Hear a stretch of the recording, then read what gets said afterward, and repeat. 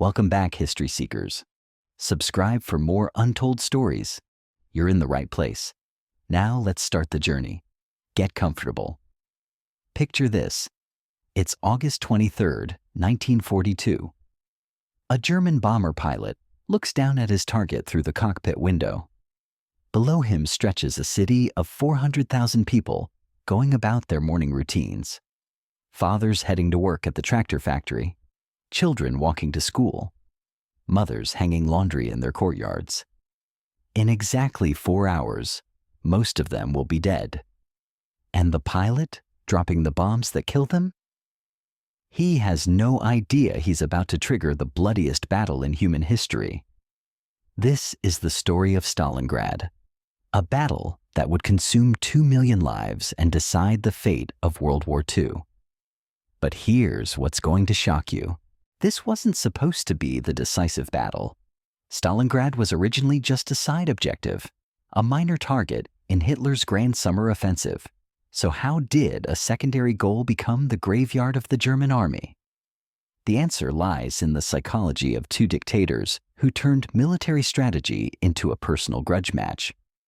And by the end of this series, you'll understand how 265,000 German soldiers walked into a city expecting victory and found themselves trapped in the most brutal urban warfare ever recorded. Only 6,000 would ever see home again. But before we dive into the hell that Stalingrad became, we need to understand how Germany got there in the first place. Because the road to Stalingrad started with a heart attack in Ukraine and a failed chicken farmer's desperate need to prove himself. January 12, 1942. Field Marshal Walter von Reichenau, commander of the German 6th Army, decides to go for a morning jog despite temperatures well below freezing. The 57-year-old general is trying to stay fit during the brutal Russian winter that has stalled Germany's advance toward Moscow. Later that day, during lunch with his officers, Reichenau suddenly clutches his chest and collapses. Heart attack. Hitler's response is immediate. Get Reichenau back to Berlin for treatment. They load the unconscious field marshal onto a Dornier bomber, but the plane crashes during an emergency landing in Ukraine. Reichenau dies in the wreckage, taking with him years of combat experience and tactical knowledge that Germany couldn't afford to lose. Now Hitler needs a replacement, and his choice is going to surprise everyone, including the man he picks. General Friedrich Paulus had never commanded an army in combat. He was a staff officer, the kind of guy who planned operations from behind a desk, while other generals got the glory. Tall, methodical, and painfully formal, Paulus was everything Reichenau wasn't. Where Reichenau had been a Nazi true believer who encouraged his troops to commit atrocities, Paulus was old-school Prussian military, professional, disciplined, and uncomfortable with the political extremes surrounding him. His appointment was controversial. Other candidates had more combat experience, stronger Nazi credentials, and closer relationships with Hitler. Many wondered why the Führer chose a planning officer to lead one of Germany's most important armies. But Hitler saw something in Paulus that others missed. The man was methodical, organized, and utterly reliable. When Paulus received orders, he followed them exactly. No questions, no creative interpretations, no independent thinking that might complicate Hitler's grand strategy. This blind obedience would prove to be both Paulus's greatest strength and his fatal weakness. Because while Paulus was taking command of the 6th Army, another man was planning something that would test that obedience to its breaking point. Heinrich Himmler wasn't supposed to be important. Born in 1900, he was the son of a schoolteacher who dreamed of becoming a soldier, but was rejected by the German army during World War I. Too young, too weak, too nervous. While other men his age were dying heroically in the trenches, Himmler was stuck at home, nurturing fantasies about military glory he'd never achieve. After the war, Himmler tried chicken farming. He failed spectacularly. His birds kept dying, his finances collapsed, and his neighbors thought he was an idiot. By 1922, He was standing in a muddy field outside Munich, watching his latest batch of chickens succumb to disease, wondering where his life had gone wrong. That's when he heard about a new political movement called the Nazi Party. Led by an Austrian corporal named Adolf Hitler, they promised to make Germany great again. Himmler joined as member 14,303? Not exactly a founding father, but early enough to matter. He threw himself into party work with the desperate enthusiasm of a man who'd finally found his purpose.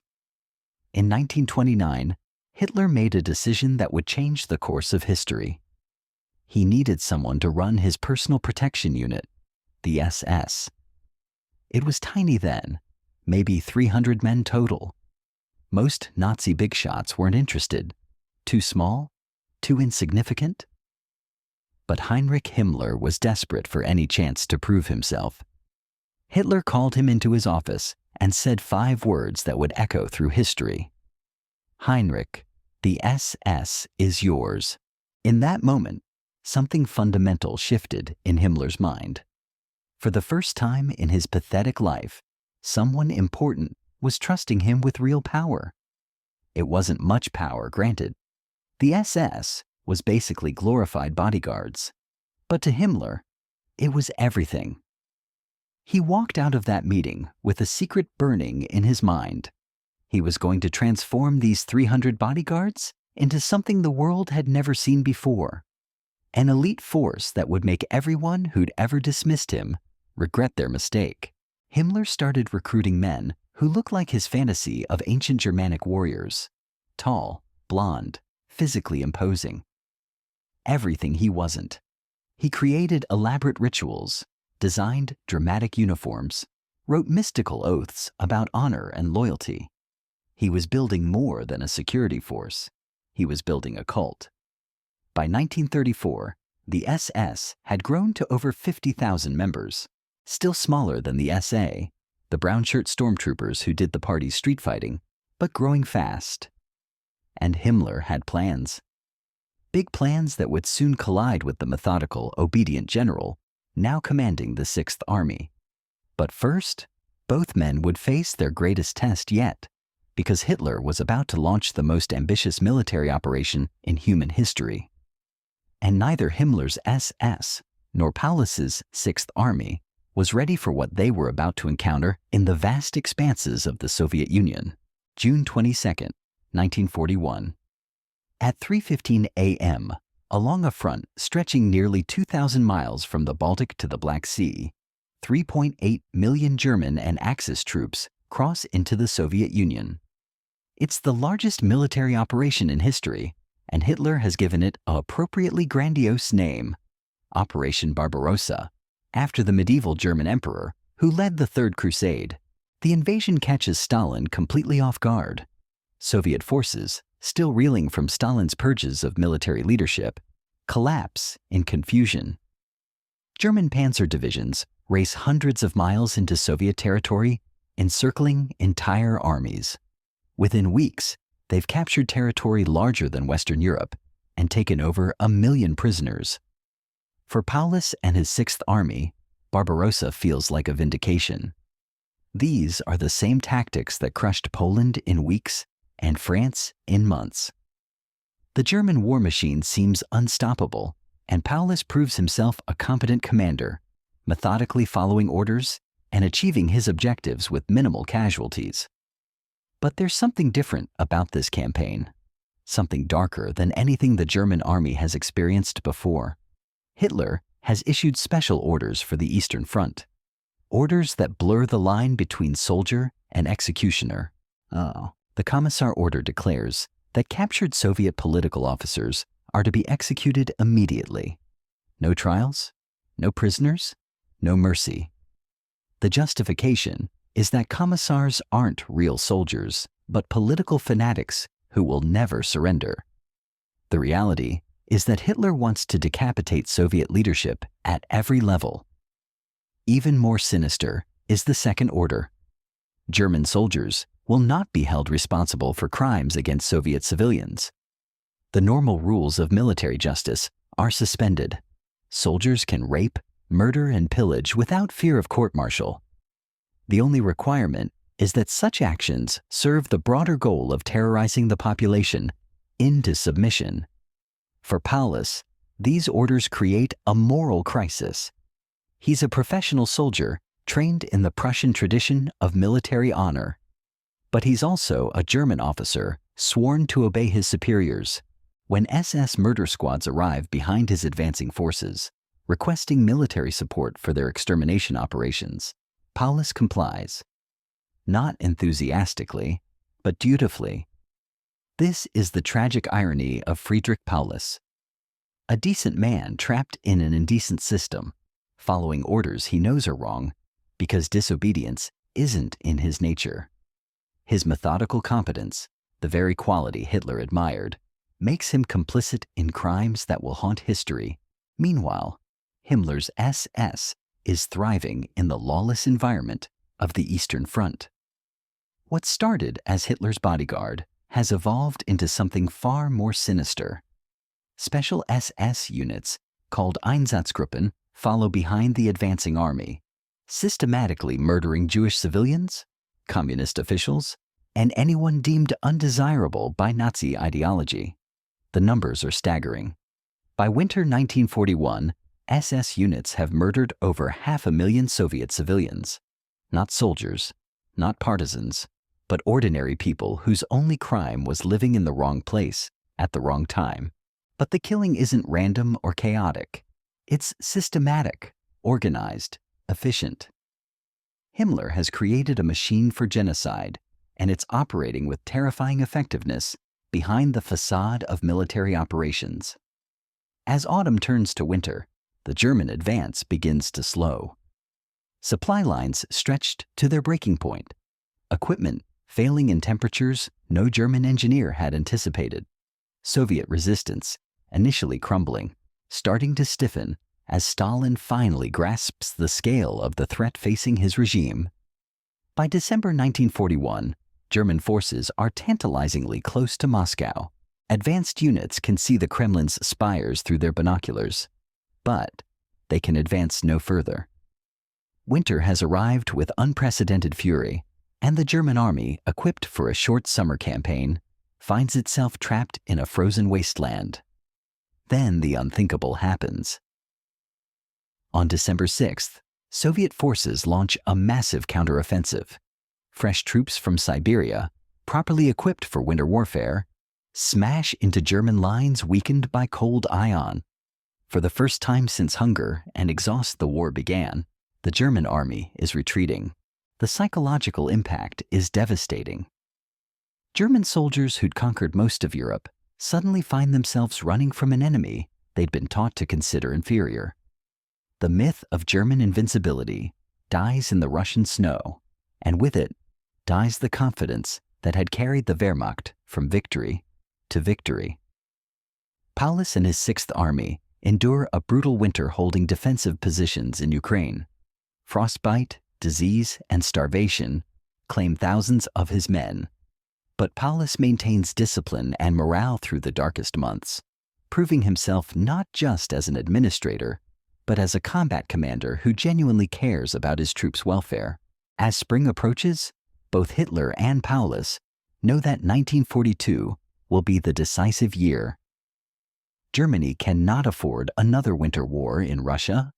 The Wehrmacht must achieve victory before the harsh climate returns, or face the prospect of fighting a two-front war against enemies with virtually unlimited resources.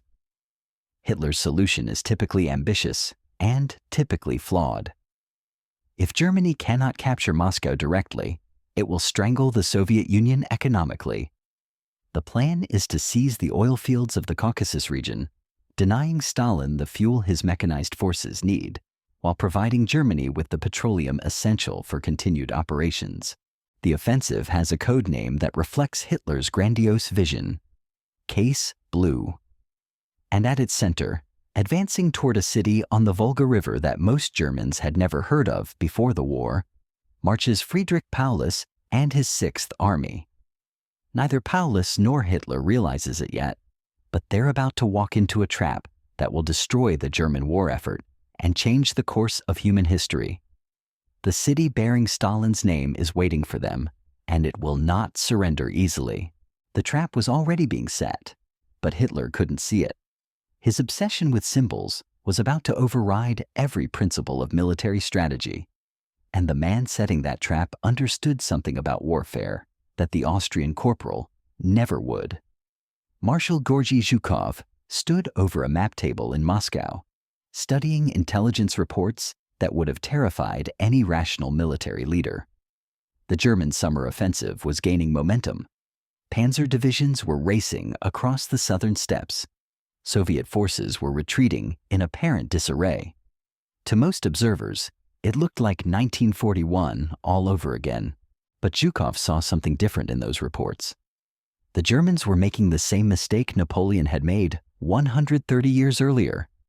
They were advancing too fast, too far, with supply lines stretched beyond sustainability. More importantly, they were splitting their forces, dividing their strength between multiple objectives instead of concentrating on one decisive blow. This was exactly what Zhukov had been waiting for. Born in 1896 to a peasant family, Zhukov had clawed his way up from private to marshal through sheer competence and ruthless determination. Unlike the political generals Stalin had promoted and then purged, Zhukov was a soldier's soldier. He understood logistics, terrain, and most importantly, he understood his enemy. The German army was magnificent when concentrated and advancing, but spread out across hundreds of miles, dependent on vulnerable supply lines, facing an enemy fighting on familiar ground? That was a different equation entirely. Zhukov's plan was elegantly simple. Let the Germans come. Let them advance deep into Soviet territory. Let them exhaust themselves capturing ground that looked strategically valuable but was actually worthless, and then, when they were weakest and furthest from their bases, crush them.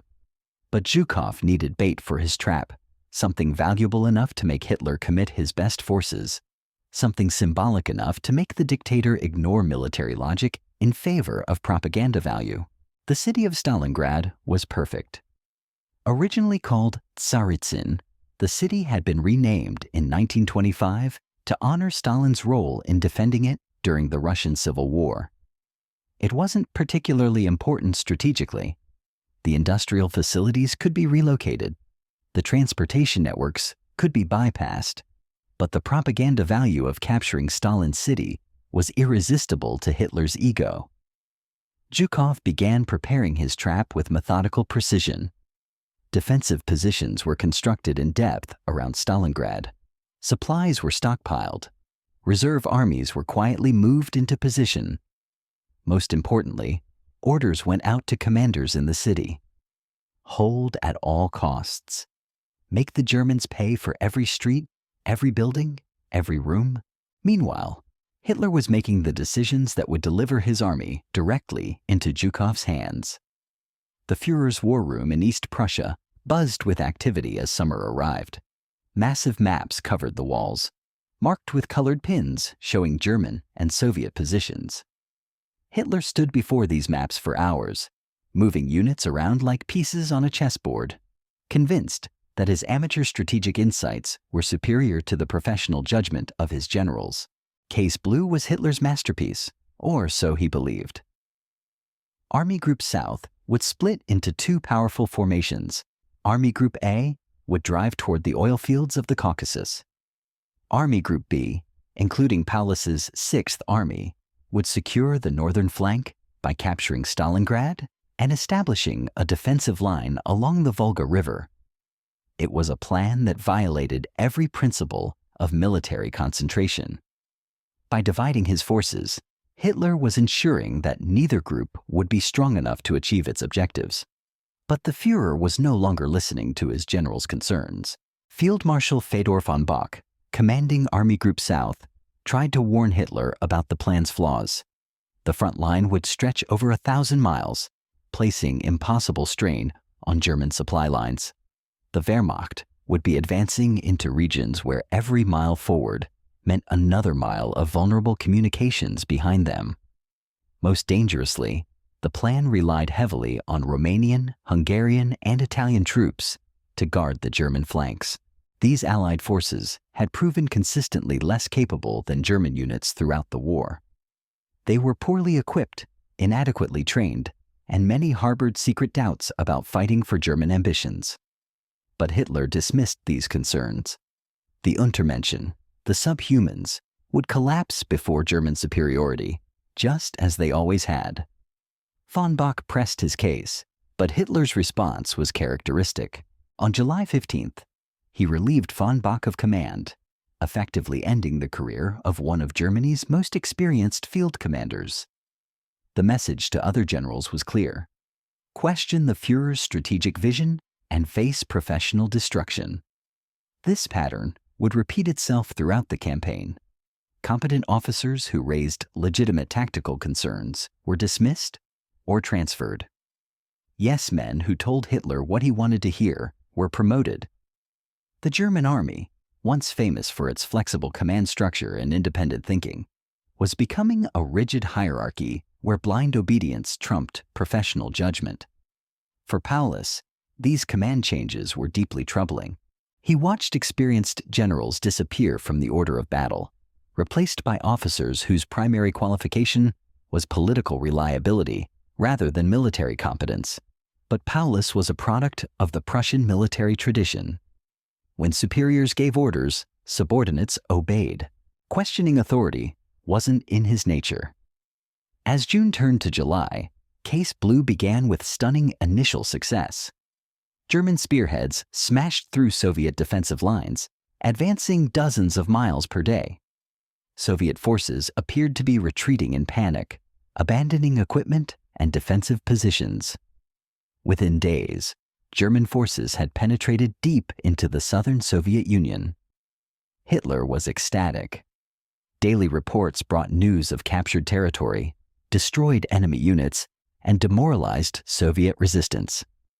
The Führer began talking about final victory, about German forces reaching the Caspian Sea and cutting Soviet communications with the outside world. But this early success was masking fundamental problems. The rapid advance was stretching German supply lines beyond their breaking point. Panzer divisions were capturing territory faster than supply trucks could follow, leaving advanced formations without adequate fuel, ammunition, or food. The Luftwaffe was forced to use transport aircraft to resupply forward units, taking planes away from their primary mission of providing air support. Most ominously, the German advance was consuming resources at an unsustainable rate. Every gallon of fuel burned, every shell fired, every spare part used represented irreplaceable assets that Germany's war economy couldn't replace quickly enough. The Wehrmacht was winning tactical victories while slowly bleeding itself to death logistically. Soviet strategy, meanwhile, was working exactly as Zhukov had planned. Red Army units conducted fighting withdrawals, trading space for time while inflicting maximum casualties on German spearheads. Soviet commanders had learned from earlier disasters that it was better to retreat and fight another day than sacrifice entire armies in hopeless defensive battles. This new Soviet approach was perfectly designed to exploit the weaknesses in Hitler's strategy. Every mile the Germans advanced stretched their supply lines further and reduced their combat effectiveness.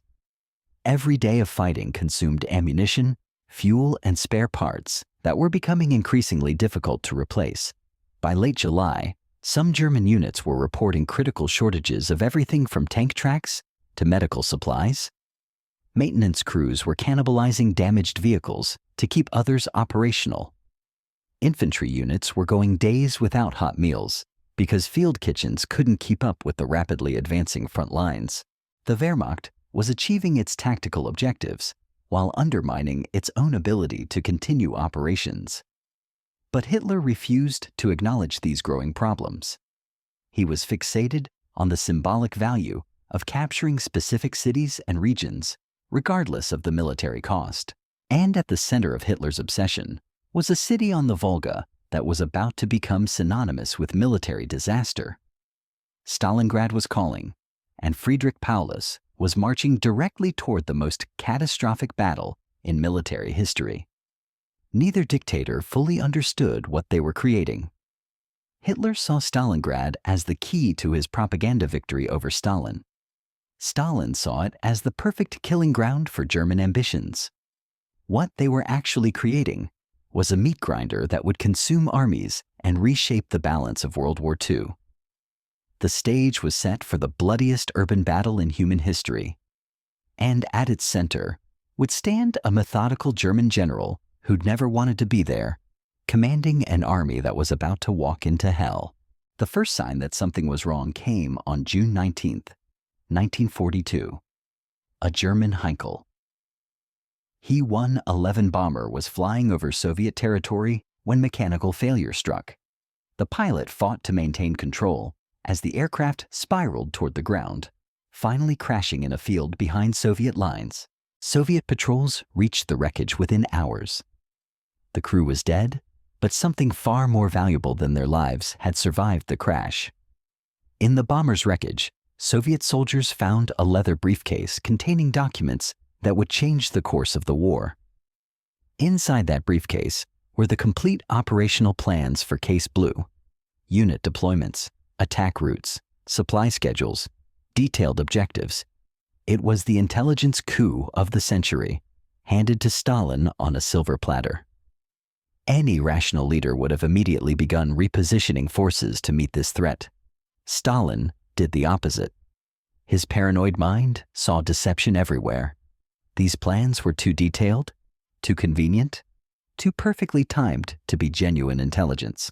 In Stalin's twisted logic, this had to be an elaborate German trick designed to fool him into weakening Moscow's defenses. He was convinced that Hitler's real target was still the Soviet capital, and everything else was just misdirection. The documents were rushed to Moscow, translated and analyzed by Soviet intelligence officers who worked through the night. What they found should have terrified any military leader. A massive German offensive aimed directly at the Caucasus oil fields, with secondary operations along the Volga River. Clear evidence that the main German thrust would come in the south, not against Moscow.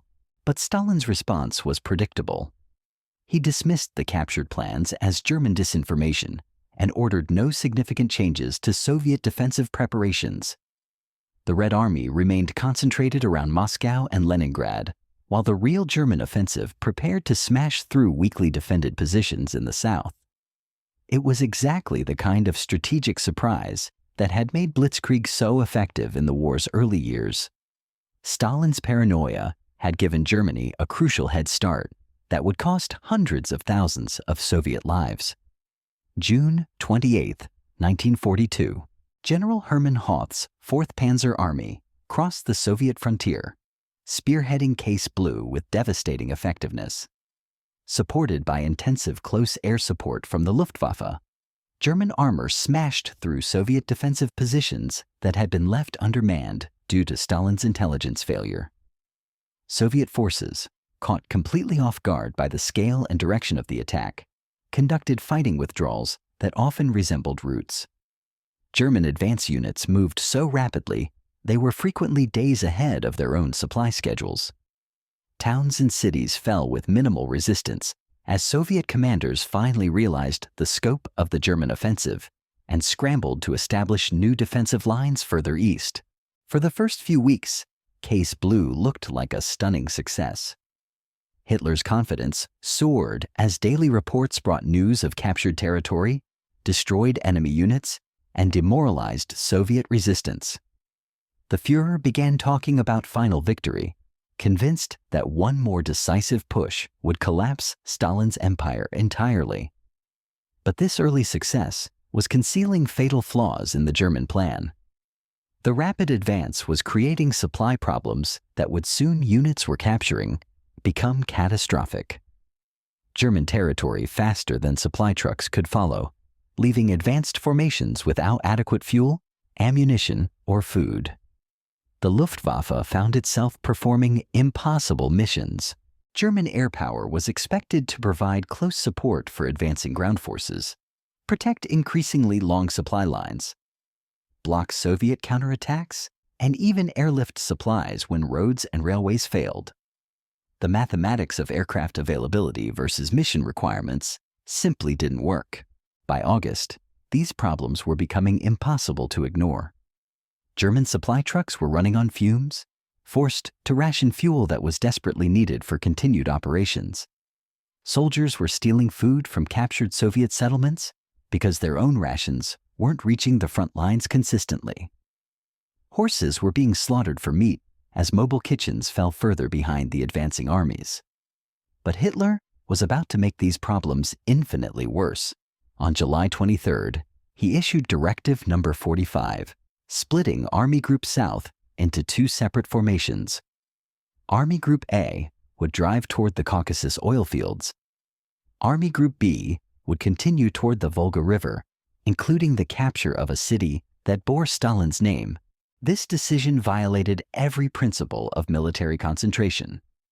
By dividing his forces, Hitler was ensuring that neither group would have sufficient strength to achieve its objectives. German commanders were appalled, but the Führer's word was law. Even worse, Hitler then compounded his error by constantly changing his mind about unit assignments. He ordered Hoth's 4th Panzer Army to abandon its advance toward Stalingrad and instead support Army Group A's drive toward the Caucasus. This created massive traffic jams on the few usable roads as entire armies tried to pass each other while moving in opposite directions. The road networks in southern Russia were completely inadequate for this kind of massive military movement. Most roads were unpaved tracks that turned into impassable mud during any rainfall. The few paved highways became bottlenecks where German columns backed up for miles, presenting perfect targets for Soviet air attacks. German field commanders were furious about these unnecessary complications. They could see that Hitler's constant changes of direction were wasting precious time and resources that could never be recovered. But the German military tradition of absolute obedience meant that even experienced generals had to execute orders they knew were strategically unsound. Field Marshal Wilhelm von List, commanding Army Group A, became so frustrated with Hitler's interference that he began openly criticizing the Führer's strategic decisions. This was extraordinarily dangerous behavior in Nazi Germany. On September 9th, Hitler relieved von List of command, effectively ending another distinguished military career. The pattern was becoming clear. Hitler would tolerate no dissent from his strategic vision, even when that vision was demonstrably flawed. Professional military advice was unwelcome if it contradicted the Führer's intuition about how the war should be conducted. Meanwhile, Soviet resistance was beginning to stiffen in ways that caught German commanders off guard. Stalin had finally begun to realize his intelligence failure and was rushing reinforcements toward threatened sectors.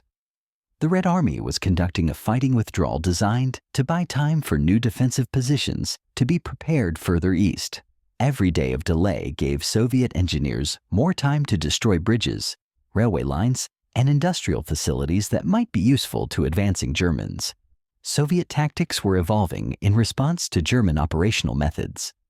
Instead of trying to hold fixed positions that could be bypassed and encircled, Red Army units were trading space for time while inflicting maximum casualties on German spearheads. This new Soviet approach was perfectly designed to exploit the weaknesses in Hitler's strategy. Every mile German forces advanced stretched their supply lines further and reduced their combat effectiveness.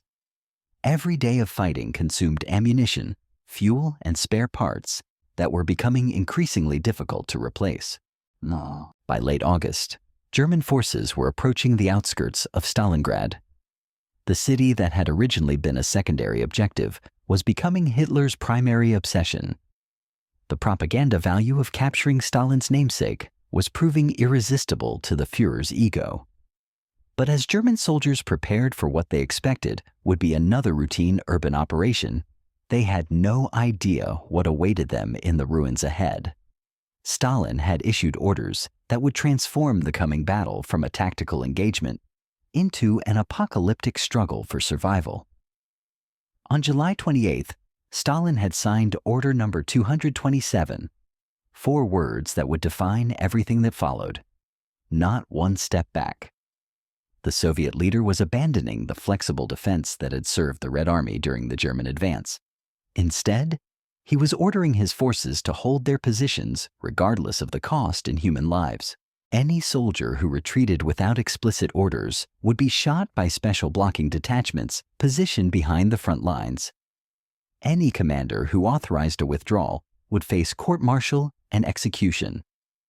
The order was brutal, but it was also psychologically brilliant. Stalin understood that his soldiers would fight harder when retreat meant death.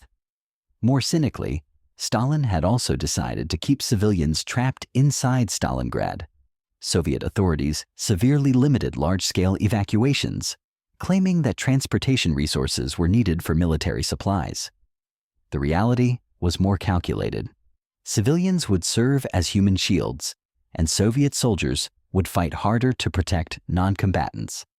The stage was now set for the most devastating urban battle in military history. 2 massive armies were about to collide in a city that neither could abandon and neither could easily capture. Hitler's obsession with symbolic victories and Stalin's refusal to accept tactical defeats had combined to create the perfect conditions for mutual destruction. As German forces prepared their assault on Stalingrad's outskirts, neither dictator realized they had created something unprecedented in military history. A battle where the normal rules of warfare would be replaced by the primitive brutality of survival at any cost. The city awaited them, and it would not surrender easily. August 23, 1942, 4 p.m. The sound that would haunt Stalingrad survivors for the rest of their lives began as a distant drone. Hundreds of German aircraft approaching from the west, their engines creating a mechanical symphony of death. Wolfram von Richthofen, commanding Luftflotte 4, had been planning this moment for weeks. The cousin of the famous Red Baron from World War I, Richthofen was himself a decorated pilot and aggressive commander. He'd perfected close air support tactics during the Spanish Civil War and the early Blitzkrieg campaigns. Now he was about to unleash the heaviest bombing raid on the Eastern Front to that date. The plan was devastatingly simple. Wave after wave of Heinkel He-11s, Junkers Ju-80s, and Dornier. Do-217s would drop a mixture of high explosive and incendiary bombs across the city. The high explosives would destroy buildings and infrastructure. The incendiaries would start fires that would spread quickly through Stalingrad's wooden structures. Richthofen intended to create a firestorm that would make the city uninhabitable. Over 1,600 sorties would be flown, with German pilots making multiple missions throughout the afternoon and into the night. This wasn't a single devastating blow. It was sustained destruction that continued for hours. As the first bombs began falling, civilians who had ignored earlier air raid warnings suddenly realized this wasn't another hit-and-run attack. This was systematic destruction on an industrial scale. Entire city blocks disappeared in clouds of smoke and flame as wave after wave of aircraft worked methodically across Stalingrad from north to south. The human cost defied accurate calculation. Soviet official reports listed 955 killed and 1,181 wounded. But historians consider these figures drastically underestimated. Some estimates suggest casualties in the tens of thousands, with the true number forever unknown because entire families simply vanished in the flames. Bodies were incinerated beyond recognition. Many victims were buried beneath tons of rubble that wouldn't be cleared for years. Families trapped in burning buildings had nowhere to run as fires consumed all the oxygen in basement shelters. People literally choked to death as flames sucked away the air they needed to breathe. Hospital patients burned in their beds as medical staff tried desperately to evacuate facilities under bombardment. Schools became mass graves as children and teachers were caught in buildings that offered no protection against 500-pound bombs. The Volga River itself seemed to catch fire as oil storage tanks exploded and spread burning petroleum across the water's surface. But Richthofen's bombers had accomplished more than just mass destruction. They'd inadvertently created the perfect defensive terrain for the upcoming battle. The rubble from destroyed buildings created countless hiding places for snipers and machine gun nests. Streets became impassable to tanks, as debris blocked every major thoroughfare. What had been designed as terror bombing to break Soviet resistance instead provided Soviet defenders with ideal conditions for urban warfare. Modern warfare had just been transported back to the Middle Ages. Coinciding with the bombing raid, General Friedrich Paulus launched his ground assault on the city. The 14th Panzer Corps attacked from the north, while the 51st Corps advanced from the west. German tanks and infantry moved through the suburbs, encountering scattered Soviet resistance that seemed more confused than coordinated. The initial German advance showed promise. Within the first day, advanced elements of the 14th Panzer Corps had fought their way through the northern suburbs and reached positions near the Volga River. German soldiers could see the eastern bank of the Great River that marked one of their furthest advances into the Soviet Union. For a brief moment, it seemed like Stalingrad might fall as easily as other Soviet cities had during earlier campaigns. But the tactical situation proved more complex than early reports suggested. Soviet forces launched immediate counterattacks designed to prevent German consolidation of their gains. This was urban warfare, as no one had ever experienced it before. Tank crews discovered that their vehicles were almost useless in the rubble-strewn environment, unable to navigate streets blocked by collapsed structures and vulnerable to infantry attacks from every window and doorway. Soviet defenders quickly learned to exploit these conditions. Snipers took position in the upper floors of damaged buildings, using rubble as camouflage, while they picked off German officers and communications personnel. Machine gun teams established overlapping fields of fire across courtyards and intersections, turning every open space into a killing zone.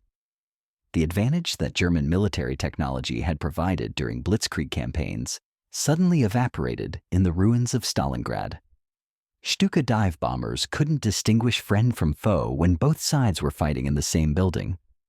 Tank radios were useless when the enemy was close enough to throw grenades through the hatches. German infantry found urban combat equally challenging and far more personal than anything they'd experienced. Every building had to be cleared room by room, floor by floor, with soldiers never knowing if the next doorway concealed a machine gun nest or a booby trap. Flamethrowers became essential equipment for burning out defenders who couldn't be reached with conventional weapons. High explosive shells were fired directly into buildings at point-blank range to collapse structures on top of their occupants. The fighting was so intense that soldiers on both sides reported being able to hear their enemies breathing on the other side of walls.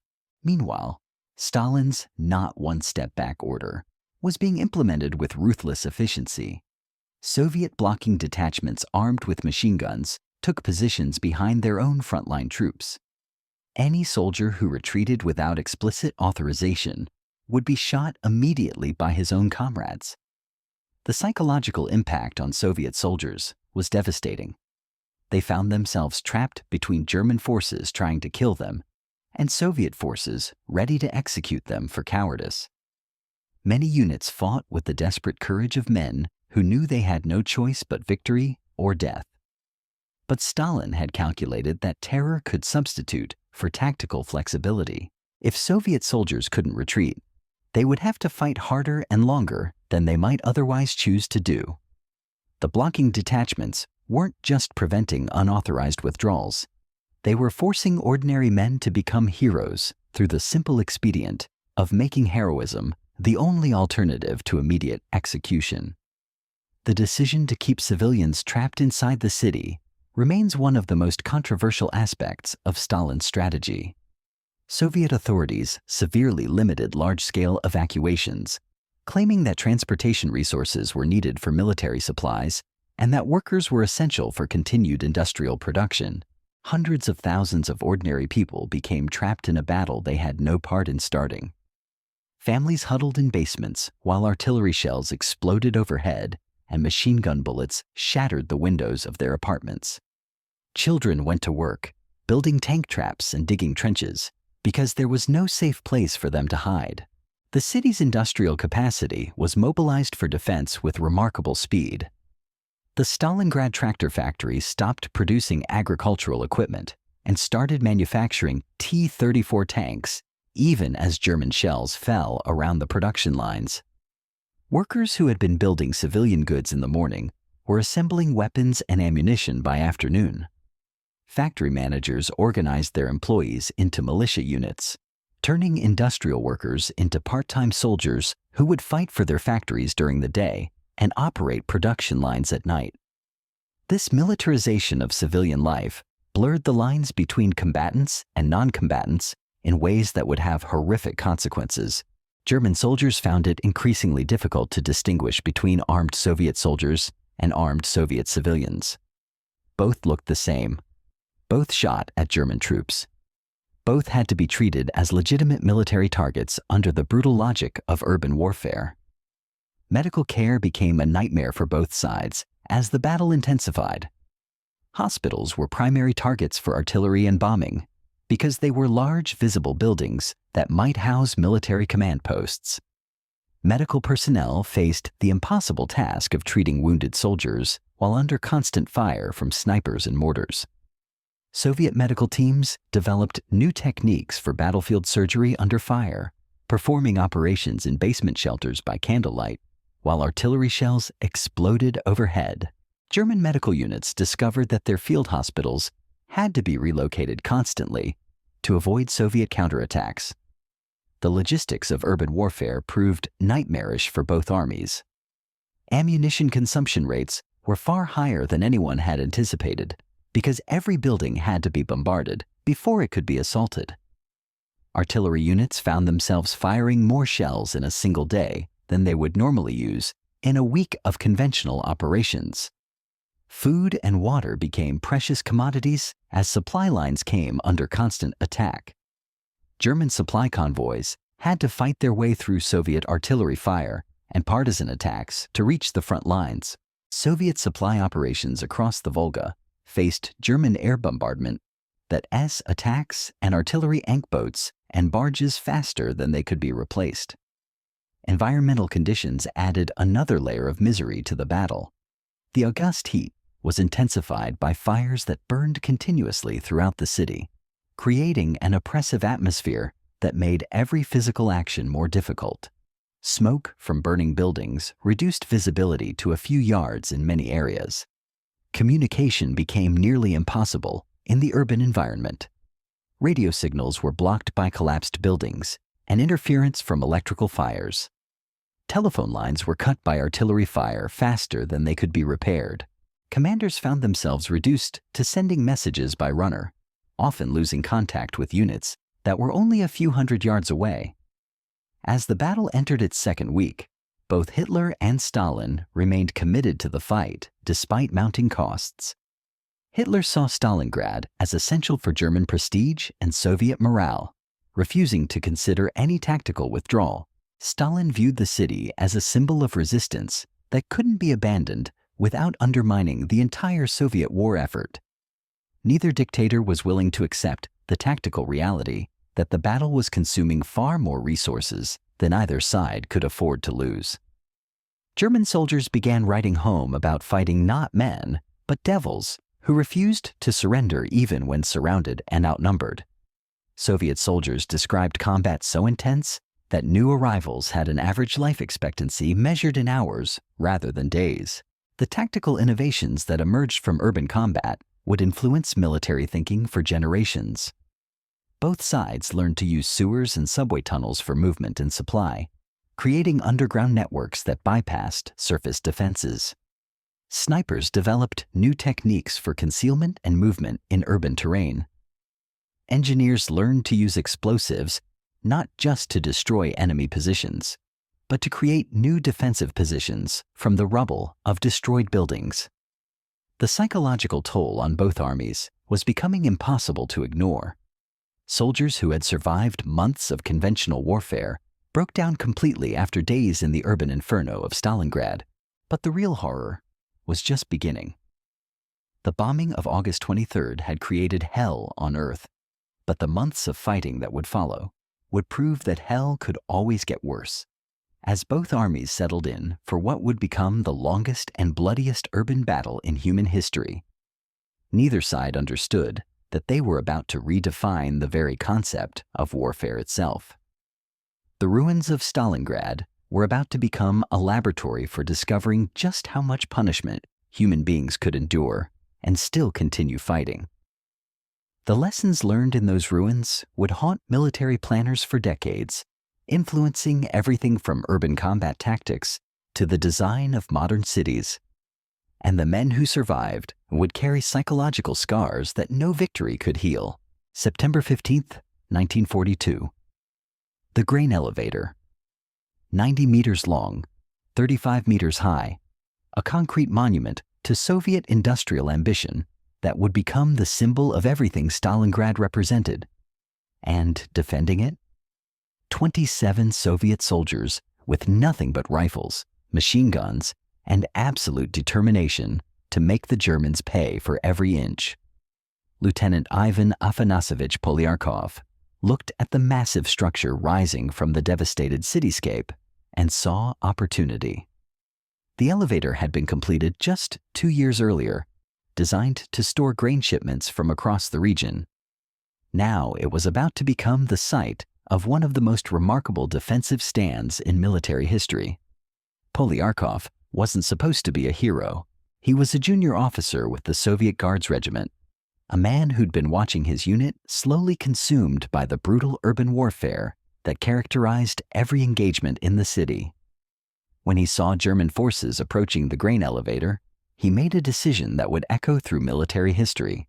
He would occupy that building with whatever men he could gather and hold it as long as possible. The force that followed Polyarkov into the grain elevator was a mixed collection of Soviet defenders. Regular soldiers from his own regiment, sailors from a naval infantry unit, militia volunteers who had taken up arms to defend their city. They represented the kind of improvised unit composition that had become common in Stalingrad, where formal military organization had broken down under the pressure of constant combat. Their weapons were as improvised as their unit composition. A few had rifles and submachine guns. Others carried nothing but grenades and anti-tank rifles designed for use against armored vehicles. Some had grabbed machine guns from abandoned positions. It was hardly the arsenal you'd expect for a garrison planning to hold a major defensive position against a modern army, but the grain elevator itself was a fortress waiting for defenders who understood its potential. Those concrete walls were thick enough to stop most artillery shells and robust enough to resist direct hits from all but the largest bombs. The building's height provided excellent observation over the surrounding area, allowing defenders to direct fire while remaining protected from return fire. Multiple floors and stairwells created defensive depth, meaning that even if Germans captured part of the building, they would have to fight floor by floor to secure the entire structure. Most importantly, the elevator's location made it impossible for German forces to bypass. The German attack began in mid-September, with what commanders expected would be routine urban combat. Clear the building, eliminate any defenders, continue the advance. Instead, they encountered resistance that defied every expectation of how desperate defenders should behave when faced with overwhelming odds. Soviet machine gunners positioned on the upper floors opened fire as soon as German infantry came within range. The concrete structure provided perfect protection from German return fire while offering clear fields of observation over approaching enemy forces. German soldiers found themselves caught in the open, unable to advance across the killing zone around the elevator. Supporting German tanks fared little better. Soviet anti-tank riflemen had positioned themselves at windows and firing ports throughout the building, creating overlapping fields of fire that covered every approach route. Tank crews discovered that their armor provided little protection against high-velocity anti-tank rounds fired from elevated positions at close range. German commanders quickly realized they faced a more serious problem than anticipated. What should have been routine building clearance had turned into a siege that was consuming troops and time that Paulus couldn't afford to waste. The German Sixth Army was already behind schedule, and every day of delay gave Soviet forces more time to organize defenses. The German response escalated rapidly. If infantry and tanks couldn't clear the grain elevator, they would use artillery and air power to blast the defenders into submission. Heavy guns were brought forward to bombard the structure at close range, while Stuka dive bombers attacked with 500-pound bombs designed to penetrate reinforced concrete. The artillery bombardment began at dawn and continued throughout each day of the siege. German gunners fired hundreds of shells directly into the grain elevator, turning its concrete walls into Swiss cheese and filling the interior with clouds of dust and debris. The sound could be heard across the city as high explosive shells detonated against reinforced concrete. But when artillery fire lifted and German infantry advanced to occupy the ruined building, they discovered that defenders were still alive and still fighting. The grain elevator's construction had been designed to withstand the weight of thousands of tons of stored grain, making it far more resistant to explosive damage than ordinary buildings. German soldier Wilhelm Hoffmann, serving with the 24th Panzer Division, recorded his frustration in a diary that would later be captured by Soviet forces. "The elevator is occupied not by men, but by devils that no flames or bullets can destroy," he wrote after another failed assault. His unit had been trying to capture the structure for days, losing men in every attempt while making no progress. The psychological impact on German forces was profound and immediate. These were soldiers who had conquered most of Europe through rapid, decisive victories. Now they found themselves stalled by a handful of Soviet defenders who refused to surrender even when facing impossible odds. Meanwhile, inside the grain elevator, conditions were becoming increasingly desperate. The building had no running water, no electricity, no communication with Soviet forces outside. Food consisted of whatever rations defenders had carried when they occupied the building, supplemented by anything they could scavenge from ruins around them. Ammunition was the most critical shortage. Defenders had to ration every bullet and grenade, making each shot count because there would be no resupply. They learned to collect ammunition from German casualties when possible, stripping weapons and equipment from enemy soldiers who fell within reach of their positions. The siege intensified through the week, with German forces launching multiple attacks each day. On September 18th alone, German units launched 7 separate assaults on the grain elevator. Each one was repelled by the diminishing garrison of Soviet defenders, who seemed to grow stronger as their situation became more hopeless. German forces brought up flamethrowers to burn out defenders, only to discover that the concrete structure was largely fire-resistant and that defenders had learned to avoid areas vulnerable to flame weapons. Combat engineers tried to demolish the building with explosive charges, but defenders managed to prevent German sappers from getting close enough to place charges effectively. Soviet defenders developed ingenious tactics for maximizing their effectiveness despite impossible odds. They learned to move constantly throughout the building, firing from one position and then quickly relocating before German forces could target their location. Single defenders would simulate the firepower of entire squads by using multiple weapons positioned at different firing ports.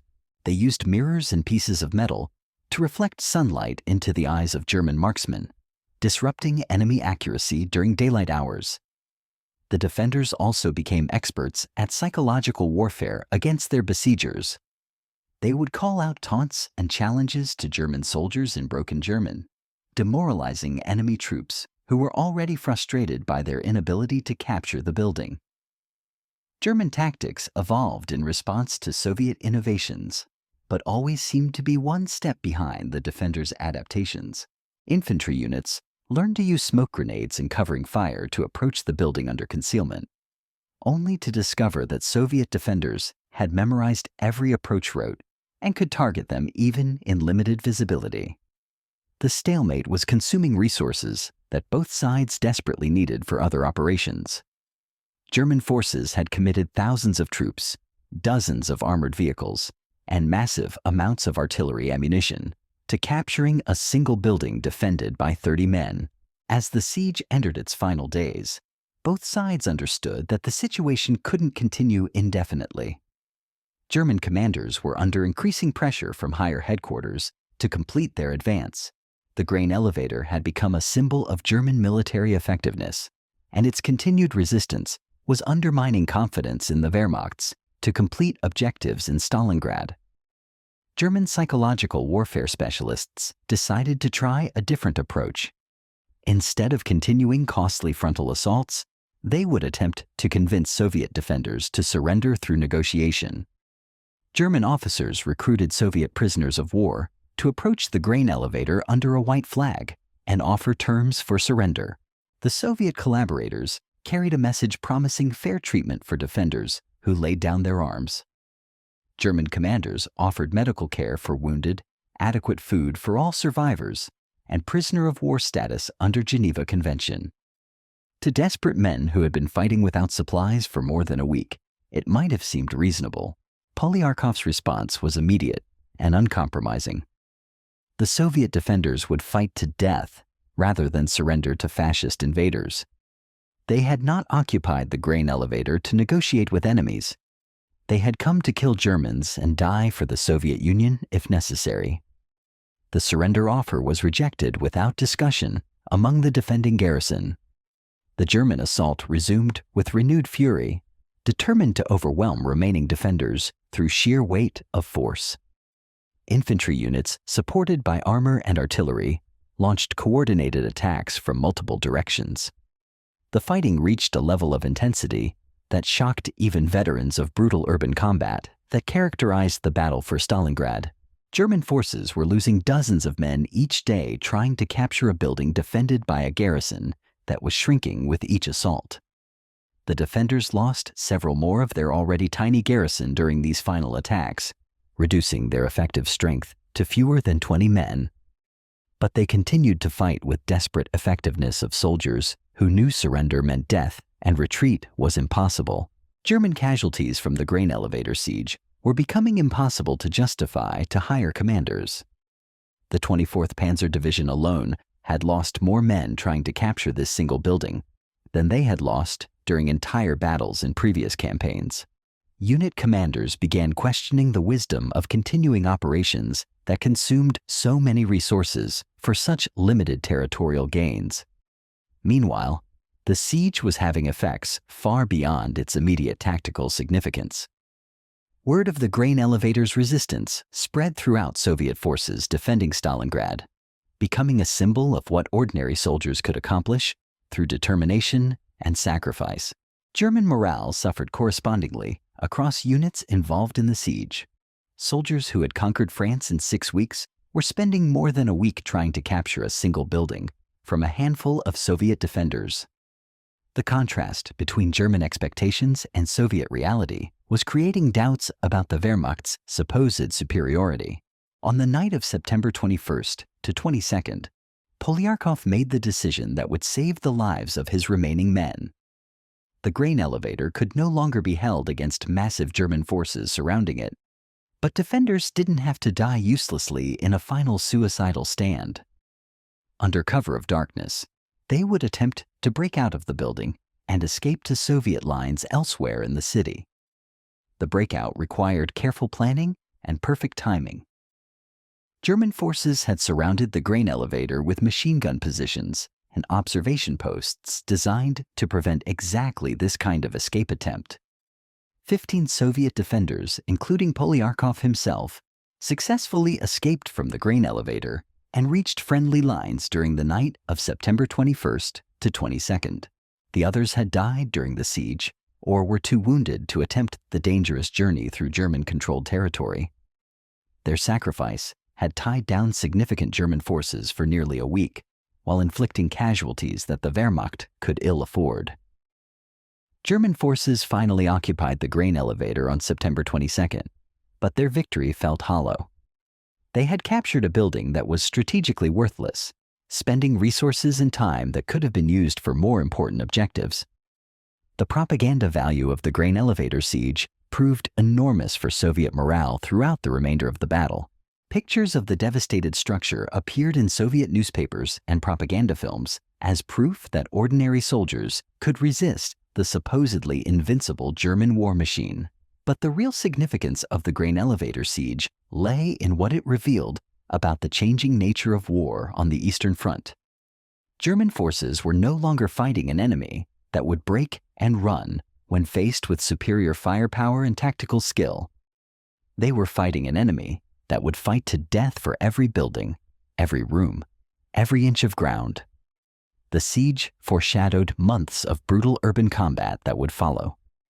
If 30 Soviet defenders could tie down thousands of German troops for a week, what would happen when the entire Soviet army adopted the same tactics? The grain elevator had provided a preview of the urban nightmare that would consume both armies in the ruins of Stalingrad. German commanders began to realize they had walked into a trap of their own making by choosing to fight for Stalingrad building by building. They had surrendered the advantages of mobility and firepower that had made the Wehrmacht so effective in previous campaigns. Urban warfare favored defenders who could use terrain and determination to offset technological and numerical disadvantages. Every day spent fighting for individual buildings was a day not spent advancing towards strategic objectives. Every casualty sustained in urban combat was a soldier who couldn't be replaced from Germany's dwindling reserves. The grain elevator siege marked a turning point in the German Sixth Army's fortunes. As the siege ended and the battle for Stalingrad continued, both sides understood they had witnessed something unprecedented.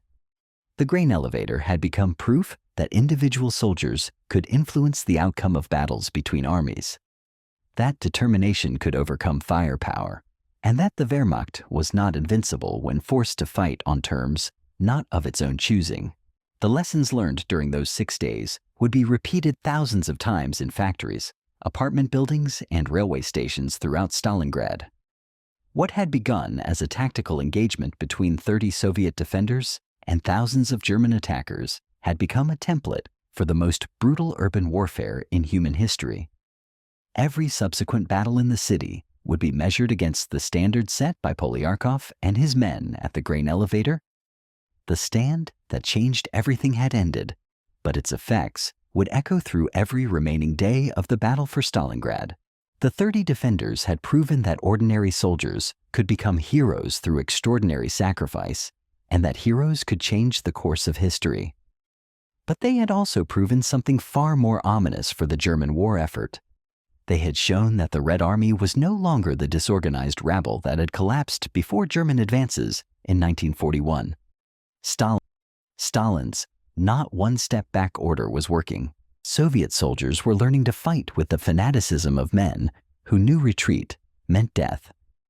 They were transforming from reluctant conscripts into determined defenders who would make the Germans pay in blood for every yard of Soviet soil. The grain elevator siege was just the beginning. Across Stalingrad, similar scenes were being repeated in buildings large and small.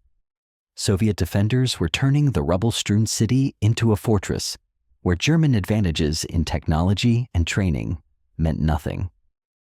Friedrich Paulus, watching reports come in from across his sector, began to understand the magnitude of the challenge facing his army. This wasn't going to be another quick urban operation, like those that had characterized earlier German victories.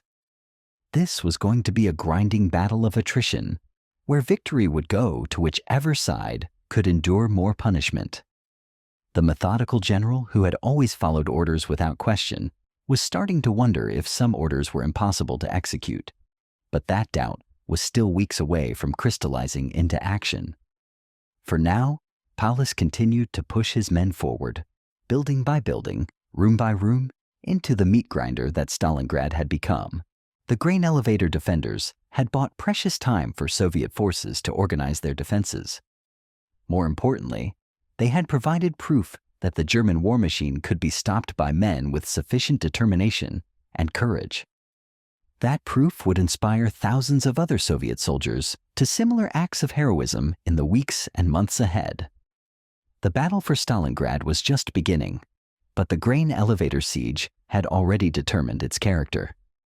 This would be a fight to the death between two totalitarian systems, with ordinary soldiers paying the ultimate price for their leaders' ambitions. The grain elevator had shown that such soldiers were capable of extraordinary things when pushed beyond normal human limits. The question now was whether either army could survive the test that Stalingrad was about to become. October arrived in Stalingrad like a death sentence. The autumn chill that should have brought relief from the summer heat instead brought something far worse. It brought the realization that this battle wasn't going to end quickly, that the quick urban operation German commanders had envisioned was becoming a nightmare that would consume everything it touched. For Friedrich Paulus, October meant watching his carefully planned offensive dissolve into chaos. His Sixth Army, once the pride of the Wehrmacht, was being bled white in house-to-house fighting that resembled medieval siege warfare more than modern military operations. Every day brought fresh casualty reports that made his staff officers wince. Every night brought requests for reinforcements he didn't have and supplies he couldn't deliver. The numbers told a story that no amount of propaganda could disguise. German forces controlled perhaps 90% of Stalingrad, but that control was an illusion. What they actually controlled were piles of rubble where buildings used to stand. What they didn't control were the basements, sewers, and underground tunnels, where Soviet defenders moved like ghosts, striking without warning and vanishing before German forces could respond. Soviet resistance had evolved into something unprecedented in modern warfare. Instead of conventional military formations, Paulus found himself fighting an enemy that seemed to exist everywhere and nowhere simultaneously. A sniper's bullet from a bombed-out apartment building, a grenade thrown from a basement window, machine gun fire from positions that shouldn't exist, but somehow did. The psychological toll on German soldiers was becoming impossible to ignore.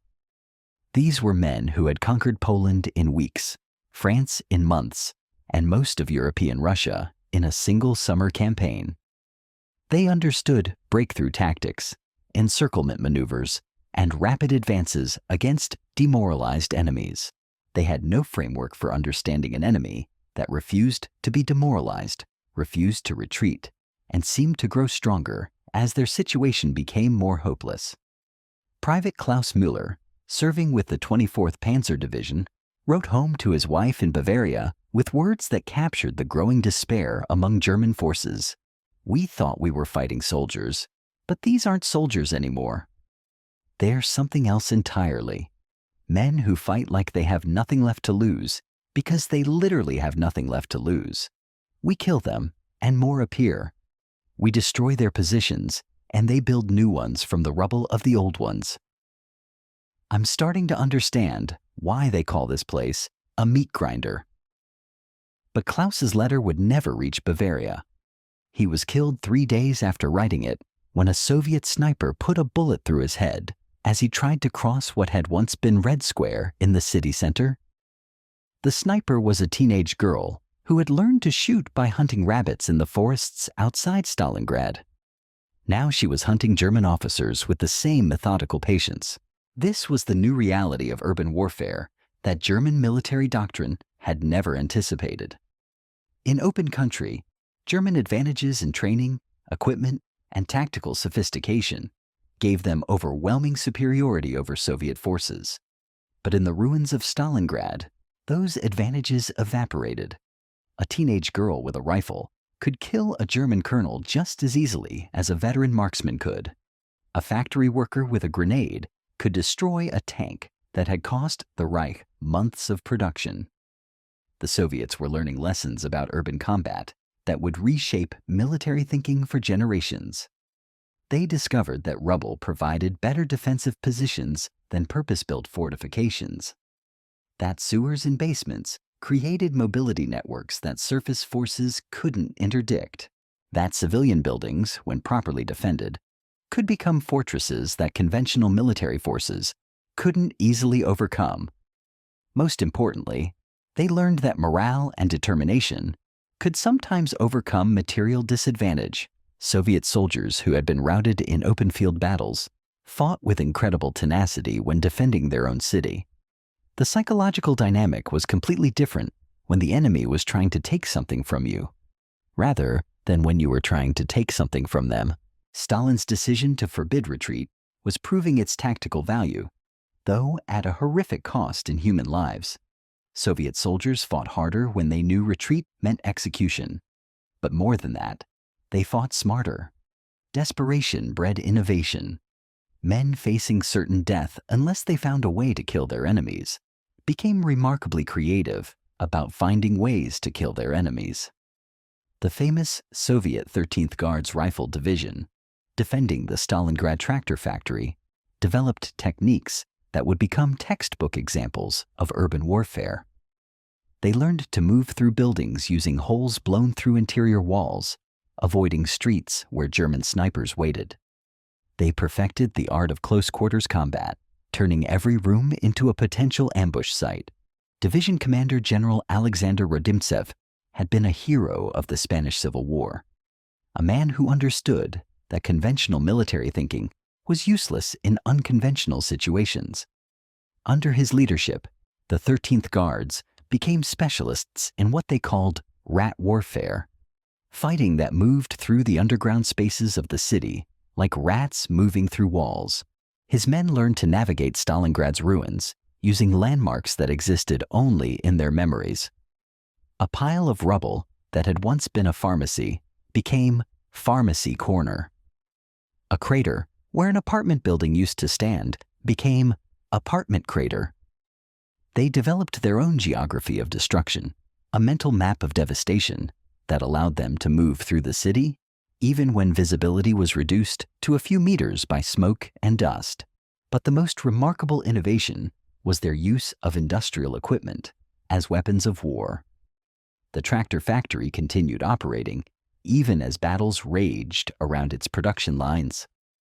Workers would build T-34 tanks during their shifts, then grab rifles and fight German infantry during their breaks. The factory became both a military production facility and a fortress, with production workers doubling as part-time soldiers. This blending of civilian and military roles created moral complexities that German soldiers struggled to process. When is a factory worker a combatant? When he's building tanks for the Red Army? When he picks up a rifle to defend his workplace? When he throws a grenade at German soldiers trying to capture his production line? German military law provided no clear answers to these questions, leaving individual soldiers to make life and death decisions about civilians who might or might not be combatants. The result was an escalation of violence against non-combatants that exceeded even the brutal standards already established on the Eastern Front. Obergefreiter Hans Weber, serving with the 71st Infantry Division, described the moral confusion in his diary. Yesterday we found 3 men in the factory wearing civilian clothes, but carrying military rifles. Were they soldiers? Were they civilians? Does it matter when they're shooting at us? We treated them as combatants because we had no choice. But I keep thinking about their faces when we lined them up against the wall. They looked like my father. They looked like my brothers.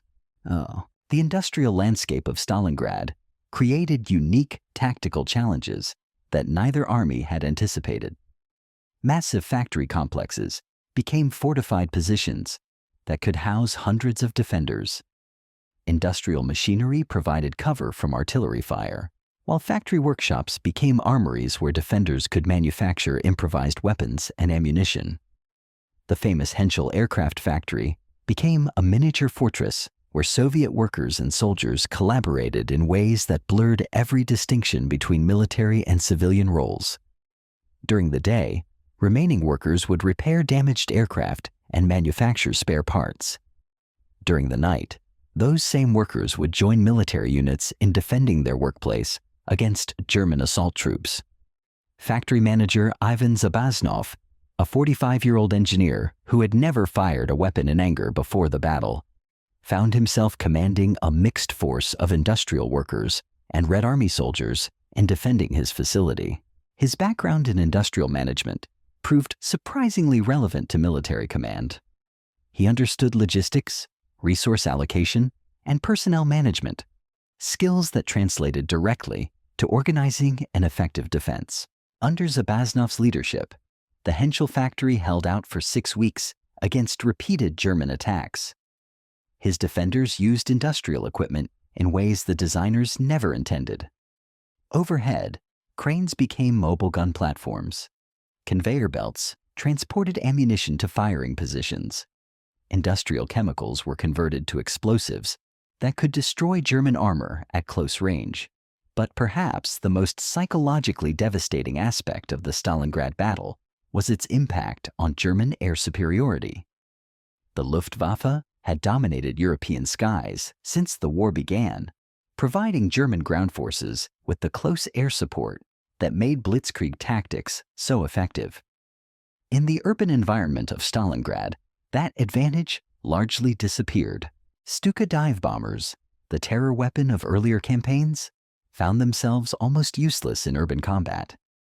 When Soviet and German forces were fighting in the same building, airstrikes became impossible without risking friendly fire casualties. When front lines shifted from room to room, rather than from mile to mile, pilots couldn't distinguish friend from foe from their cockpits. Hauptmann Werner Schumann, a Stuka pilot who had participated in the conquest of Poland and France, found himself flying increasingly pointless missions over Stalingrad. "We can bomb the city all day long," he wrote to his commanding officer, "but we can't bomb our own troops out of the buildings they're trying to capture. Close air support becomes meaningless when close means the next room over." The psychological impact of losing air superiority was profound for German ground forces who had become accustomed to Luftwaffe support. Suddenly, they were fighting on equal terms with an enemy they'd been taught to consider inferior. Without the technological advantages that had made them seem invincible, German soldiers discovered they were just men fighting other men's in conditions that favored neither side. Soviet air power, meanwhile, was experiencing a renaissance that caught German commanders completely off guard. The Red Air Force had been decimated during the opening phases of Barbarossa, but it was rebuilding with new aircraft, new pilots, and new tactics specifically designed for the urban environment of Stalingrad. Soviet pilots learned to provide close air support in ways that German doctrine considered impossible. Flying at extremely low altitudes, often below rooftop level, they could attack German positions while avoiding friendly fire incidents. They developed techniques for precision bombing in urban environments that allowed them to support ground forces engaged in room-to-room combat. More importantly, Soviet aircraft began interdicting German supply lines with increasing effectiveness. The extended supply routes that stretched back hundreds of miles to German bases became vulnerable to air attack in ways that German planners had never anticipated. Every gallon of fuel, every shell, every medical supply, he had to run a gauntlet of Soviet air attacks to reach German forces in Stalingrad. Lieutenant Colonel Hans Richter, commanding a German supply column, described the new reality in his final report. "Soviet aircraft are everywhere. They appear without warning, attack our convoys, and disappear before our fighters can respond. We're losing more supplies to air attacks than we're delivering to frontline units. The mathematics of logistics are working against us, and there's nothing we can do to change that equation." By November, the supply situation had become critical for German forces in Stalingrad. Ammunition shortages forced rationing that limited artillery support for infantry attacks. Food shortages reduced soldiers to scavenging from the ruins around them. Medical supply shortages meant that wounded soldiers often received no treatment beyond basic first aid, but the most critical shortage was in replacement personnel. German casualties in Stalingrad were approaching 100,000 men, losses that represented years of military training and experience that couldn't be quickly replaced. Fresh recruits arriving from Germany found themselves thrust into urban combat situations for which their training had never prepared them. Gefreiter Anton Miller, 18 years old and fresh from basic training in Bavaria, arrived in Stalingrad on November 3, 1942. His unit was immediately thrown into an attack on an apartment complex that Soviet forces had converted into a fortress. Anton's first letter home captured the shock of urban warfare for soldiers trained in conventional tactics. They told us the enemy was retreating, that we just had to occupy buildings the Soviets had abandoned. Instead, every building is a trap. Every window might conceal a sniper. Every doorway might lead to a machine gun nest. We're not advancing anymore. We're just trying to survive long enough to understand what we're fighting. Anton wouldn't survive long enough to send that letter home. He was killed 2 days after writing it, when a Soviet grenade destroyed the basement shelter where his squad was trying to rest between attacks. He had been in Stalingrad for exactly 72 hours. The human cost of urban warfare was becoming unbearable for both armies, but the strategic stakes prevented either side from accepting defeat. For Hitler, Stalingrad had become more than a military objective. It was a symbol of German will and Soviet weakness. Abandoning the battle would represent an admission that the Wehrmacht was not invincible, a psychological blow that might undermine the entire war effort. For Stalin, the city bearing his name had become the ultimate test of Soviet resolve. If Stalingrad fell, it would represent not just a military defeat, but a personal humiliation that would weaken his authority over the Soviet system. The propaganda value of successful resistance was worth any cost in human lives. Both dictators had transformed a tactical battle into a strategic commitment that neither could abandon without accepting unacceptable political consequences. The result was a battle that continued to escalate beyond any rational military calculation, consuming resources and lives at rates that exceeded the capacity of either side to sustain indefinitely. As October turned to November, the first snows began to fall on the ruins of Stalingrad. Winter was coming, and with it would come new challenges that neither army was prepared to face. The brutal urban warfare of autumn would be compounded by the environmental warfare of Russian winter. But neither Paulus nor his Soviet counterparts understood that weather would soon become the least of their problems. Because while they fought for control of a ruined city, other forces were moving that would transform the battle for Stalingrad from a local engagement into a trap that would consume an entire German army. The stage was being set for the most complete military disaster in German history. And Friedrich Paulus, the question, was about to discover that some methodical general who had always followed orders without orders lead directly to destruction. The trap was closing. While German forces but Hitler couldn't Siebold themselves white in the ruins of Stalingrad, Marshal Georgy Zhukov was orchestrating the largest deception operation in military history. And at its center was a plan so audacious, so perfectly calculated to exploit German weaknesses, that it would destroy an entire army group in a matter of days. November 19th, 1942, 7:20 a.m. Moscow time. Along a frozen front stretching north and south of Stalingrad, over 1 million Soviet soldiers wait in positions their enemies don't even know exist. Artillery pieces by the thousands, their barrels trained on Romanian positions that Stalin's intelligence services have identified as the weakest links in the German defensive chain. The sound that changes World War II isn't a speech or a declaration. It's the thunder of 3,500 Soviet guns opening fire simultaneously in the largest artillery barrage in human history. For 80 minutes, the earth shakes as high explosive shells pulverize Romanian defensive positions that were never designed to withstand this level of destruction. Romanian soldiers, many of whom had been questioning why they were fighting for German ambitions in the first place, found themselves experiencing industrial-scale warfare that exceeded their worst nightmares. These weren't professional soldiers. They were conscripts from a nation that had been dragged into Hitler's war by political necessity rather than military enthusiasm. Colonel Alexandru Petrescu commanded the Romanian Third Army's 13th Infantry Division when the Soviet barrage began. A veteran of the First World War, he had seen artillery bombardments before, but nothing had prepared him for this. The sound was like the end of the world, he would later write in his memoirs. Our trenches simply disappeared. Our communication lines were severed in the first 5 minutes. Our command posts were obliterated before we could even understand what was happening to us.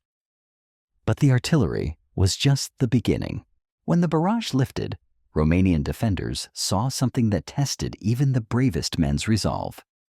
Hundreds of T-34 tanks emerging from the snow-covered steppes like mechanical demons, their treads crushing everything in their path. Behind the tanks came waves of Soviet infantry, their white winter camouflage making them almost invisible against the landscape. The psychological impact was devastating. Romanian soldiers who had been told they were fighting an inferior enemy suddenly found themselves facing forces that seemed better equipped, better trained, and infinitely more motivated than anything they had encountered before. Many units broke and ran without firing a shot. Others fought desperately, but were overwhelmed by the sheer weight of numbers. Romanian Third Army fought as well as could be expected under impossible circumstances. Individual units conducted desperate defensive actions, trying to hold positions that had been damaged or destroyed by the preliminary bombardment. But courage and determination couldn't change the fundamental mathematics of the battle. Within hours, the Romanian defensive line was collapsing. Some units maintained good order during their withdrawal, but others became disorganized as command structures broke down under Soviet pressure. By sunset, on November 19th, the northern pincer of Operation Uranus had advanced over 20 miles, shattering the Romanian Third Army as an effective fighting force. 24 hours later, the southern attack began with equal effectiveness. Over 1,000 Katyusha rockets, the multiple rocket launchers nicknamed Stalin's organs by German soldiers, blasted Romanian Fourth Army positions south of Stalingrad. The distinctive shriek of the rockets followed by massive explosions created psychological terror that was almost as effective as the physical destruction. Soviet forces in the south advanced in a two-pronged formation designed to bypass Stalingrad entirely while cutting German supply lines to the west. Tank commanders had been ordered to ignore German strongpoints and drive directly toward their objectives, leaving isolated enemy units to be handled by following infantry. The genius of Zhukov's plan was becoming apparent. While German forces were concentrated inside Stalingrad, fighting for every building and street corner, their flanks were guarded by Allied troops who lacked both the equipment and motivation. For serious resistance, Soviets had identified the weakest points in the German defensive system and struck them with overwhelming force. Romanian Fourth Army faced the same overwhelming odds that had destroyed their northern comrades. Some units fought effectively despite impossible conditions, but most found their positions untenable and withdrew toward German lines. The Soviet advance was so rapid that many Romanian formations were bypassed and cut off before they could organize effective resistance. German commanders initially dismissed early reports of the Soviet attacks as exaggerated. Romanian units were known for inconsistent reporting, especially when under pressure from large-scale enemy operations. Surely some Soviet probing attacks were being blown out of proportion by Allied units that lacked experience with major combat operations. But as more reports came in from different sectors, the scope of the disaster became impossible to ignore. German intelligence officers who had been trained to discount Romanian claims found themselves facing evidence of a Soviet offensive that exceeded their worst-case scenarios. General Arthur Schmidt, Paulus's chief of staff, received the first accurate assessment of the situation at 4:30 a.m. on November 20th. The report was devastating in its simplicity. Both Romanian armies were in full retreat. Soviet armored spearheads were advancing toward objectives that would cut German supply lines. The Sixth Army was in imminent danger of encirclement. Schmidt's immediate response revealed the psychological state of German command. "This cannot be accurate," he told the intelligence officer who delivered the report. "The Soviets don't have the capability for operations of this scale. Their forces are tied down defending Stalingrad. they cannot simultaneously conduct major offensive operations. But capability and reality were two different things. The Soviets had been secretly building up forces for Operation Uranus while maintaining the fiction that they were barely holding on in Stalingrad. Entire armies had been moved into position under cover of darkness, their presence concealed by elaborate deception operations that had completely fooled German intelligence. On November 23rd, the two Soviet pincers met near the town of Kalach, west of Stalingrad. The encirclement was complete. The German 6th Army, elements of the 4th Panzer Army, and various support units, 265,000 men total, were trapped in what would become known as the Stalingrad Cauldron. Friedrich Paulus received the news of the encirclement while reviewing casualty reports from the previous day's fighting in the city. His methodical mind immediately grasped the tactical implications. His army was cut off from supply and reinforcement, surrounded by Soviet forces that were growing stronger every day. Military logic demanded immediate breakout operations while Soviet lines were still consolidating. But military logic and Nazi ideology were two different things. When Paulus contacted Army Group headquarters to request permission for breakout operations, the response was swift and uncompromising. Hitler himself had issued the orders. The 6th Army would hold its positions at all costs. There would be no retreat, no abandonment of territory, and no admission that German forces could be defeated by Soviet armies. The Führer's reasoning was characteristically flawed. Stalingrad had become more than just another city. It was a symbol of German will and Soviet weakness. Abandoning the battle would represent an admission of failure that Hitler's ego couldn't accept. Better to risk an entire army than admit that the Wehrmacht was not invincible. Instead of authorizing breakout operations, Hitler promised that the Luftwaffe would supply the trapped army by air, while German reinforcements broke through to relieve them. Hermann Göring, head of the German Air Force, assured the Führer that his pilots could keep the 6th Army supplied indefinitely. This promise was either criminal negligence or willful self-deception. The trapped army needed a minimum of 500 tons of supplies per day: food, ammunition, fuel, medical supplies, spare parts. Paulus himself had calculated that 750 tons per day would be needed to maintain full combat effectiveness. These numbers were far beyond anything the Luftwaffe had ever attempted under such conditions. The primary German transport aircraft was the Junkers Ju-52, a reliable workhorse that could carry about 2.5 tons of cargo under ideal conditions. To deliver 500 tons per day would require several hundred aircraft, making successful round trips daily. But aircraft needed maintenance, crews needed rest, weather conditions were deteriorating, and Soviet air defenses were strengthening every day. Luftwaffe analysts understood the mission's impossibility before it began. They calculated that delivering the required supplies would need several hundred transport aircraft operating continuously under favorable conditions. The Luftwaffe had nowhere near that many transports available, and those they had were needed for other missions across the vast German front. But Göring had promised Hitler that the mission would succeed, so the Luftwaffe would attempt the nearly impossible. The airlift began on November 24th, with high hopes and immediate problems. German transport aircraft had to fly through increasingly effective Soviet air defenses while operating from airfields that were under constant attack. Weather conditions made every flight a gamble with death. November and December brought blizzards, ice storms, and temperatures that froze aircraft engines and made runways unusable for days at a time. Transport crews found themselves flying through conditions that would ground civilian aviation while carrying loads that pushed their aircraft beyond safe operating limits. Soviet air defenses had become increasingly effective at intercepting German transport aircraft. Fighter patrols hunted the slow, heavily loaded transports with growing success as Soviet air strength increased and German fighter cover diminished. Anti-aircraft guns positioned along flight routes forced German pilots to fly longer, more dangerous approaches that consumed precious fuel. Inside the Stalingrad pocket, German soldiers quickly realized that the promised airlift was failing to meet their needs.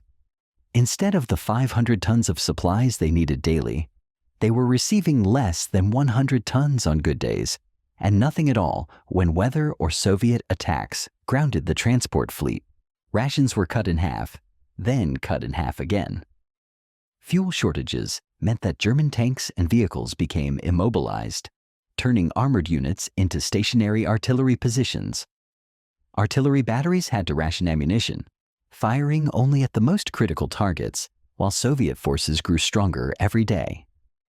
Medical supplies ran out completely, leaving German doctors to perform surgery without anesthesia and treat wounds with torn clothing used as bandages. The psychological impact on German troops was severe. These were soldiers who had conquered most of Europe through rapid, decisive campaigns. Now they found themselves trapped in a frozen wasteland, slowly starving while their own air force proved incapable of adequately supporting them. Private Wilhelm Hoffmann, serving with the 24th Panzer Division, recorded his growing despair in a diary that would later be found by Soviet forces. November 29th. We are surrounded. The Russians are getting stronger while we get weaker. Our planes promise supplies, but deliver almost nothing. The cold is terrible, and we have no winter clothing. I am starting to think we will never see Germany again. Soviet forces tightened the siege methodically. Artillery batteries targeted German airfields within the pocket, making supply operations even more dangerous and unreliable. Fighter patrols hunted German transports with increasing effectiveness as Soviet air strength grew. The noose was tightening around the trapped German forces. By December, the situation had become critical. German soldiers were receiving 200 grams of bread per day, less than a single slice by modern standards. Horse meat became a luxury when horses could be found and slaughtered before they froze to death. Some units resorted to eating rats, leather equipment, and anything else that might provide minimal nutrition. The human cost was mounting on both sides, but the Germans were paying a higher price in proportion to their resources. Soviet forces could be reinforced and resupplied across the winter landscape, though not without significant difficulties. German forces were slowly consuming their own strength, with limited possibility of replacement. Every German casualty was difficult to replace. Every piece of destroyed equipment was irreplaceable under current conditions. Some historians argue that Hitler's decision to hold Stalingrad had limited strategic merit by tying up Soviet resources temporarily, but the cost in German reserves was enormous and ultimately unsustainable. Dr. Kurt Ruber, a German physician and pastor serving with the trapped army, left one of the most haunting accounts of Christmas Eve, 1942. I spent Christmas evening with the other doctors and the sick. We raised our mugs and drank to those we love. But before we had a chance to taste the wine, we had to throw ourselves flat on the ground as a stick of bombs fell outside. I seized my doctor's bag and ran to the scene of the explosions where there were dead and wounded. My shelter with its lovely Christmas decorations became a dressing station. One of the dying men had been hit in the head, and there was nothing I could do for him. He had been with us at our celebration and had only that moment left to go on duty. But before he went, he said, "I'll finish the carol first." A few moments later, he was dead. Ruber's account captured the surreal horror of trying to maintain human dignity in increasingly inhuman conditions. On the back of a captured Soviet map, he sketched a picture of the Madonna and Child that became known as the Stalingrad Madonna. He hung it on the wall of his bunker, where it became a shrine for German soldiers looking for comfort during humanity's darkest season, the Luftwaffe's most the hopelessness of the situation. On Successful Day Highlighteth, German December 19th transport aircraft managed to deliver 363 tons of supplies to the trapped army, the highest single-day total of the entire airlift operation. But this maximum effort was still less than 3/4 of the minimum required for basic survival. And it came at a cost in aircraft and crews that couldn't be sustained indefinitely. By late December, even Hitler was forced to acknowledge that the situation was becoming untenable. Field Marshal Erich von Manstein was ordered to organize a relief operation from outside the encirclement. Army Group Dawn would break through Soviet lines and re-establish contact with the trapped 6th Army. Operation Winter Storm began on December 12th, with the 57th Panzer Corps spearheading the relief effort. For several days, it looked like the operation might succeed as German armor advanced to within 30 miles of the trapped 6th Army. But Manstein's forces were insufficient to complete the breakthrough against strengthening Soviet resistance. Hitler had refused to provide adequate reinforcements for the relief operation, claiming they were needed to defend other sectors of the front. The relief operation stalled just as Soviet forces launched new attacks designed to eliminate the Stalingrad pocket entirely. Inside the pocket, conditions had deteriorated beyond human endurance. German soldiers were dying from diseases that had been largely controlled in modern armies: typhus, dysentery, and frostbite. Medical care had collapsed as doctors began suffering from the same malnutrition and disease that affected their patients. Some German officers began taking matters into their own hands. Unauthorized surrender negotiations, plans for breakout attempts, orders to expend all ammunition to make further resistance impossible. The iron discipline that had held the Wehrmacht together was beginning to crack under pressures that exceeded human limits. But the most devastating blow to German morale came not from Soviet bullets or Russian winter, but from Adolf Hitler himself. The Führer, increasingly detached from reality, continued to issue orders based on wishful thinking, rather than actual battlefield conditions. He promoted Paulus to Field Marshal on January 30th, 1943, along with a pointed reminder that no German field marshal had ever been captured alive. Some interpreted this promotion as Hitler's way of ordering Paulus to commit suicide, rather than face the humiliation of surrender. Paulus himself seemed to understand the message. "I have no intention of shooting myself for this Bohemian corporal," he reportedly told his staff, using a derogatory term that emphasized Hitler's humble Austrian origins. By this time, the trapped German forces had been reduced to fewer than 100,000 effective soldiers, from an original strength of 265,000. The rest had died from wounds, disease, starvation, freezing, or suicide. Even fantasies of breaking out had become impossible because the survivors lacked the physical strength to march, much less fight their way through Soviet lines. The mathematics of destruction had become undeniable. The German 6th Army was consuming itself from within, while Soviet forces grew stronger every day. The most experienced and best equipped army in the Wehrmacht was disappearing into the frozen wasteland around Stalingrad. On January 31st, Soviet forces overran Paulus's headquarters bunker. The newly promoted field marshal surrendered himself and his immediate staff, though isolated pockets of German resistance continued in other parts of the shrinking perimeter. General Karl Strecker commanded the northern pocket until February 2nd, when the last organized German resistance finally ended. The Battle of Stalingrad officially concluded on February 2nd, 1943, after approximately 5 months of fighting that redefined the concept of warfare itself. When the shooting finally stopped, the silence seemed almost unnatural after months of constant artillery fire, bombing, and small arms combat.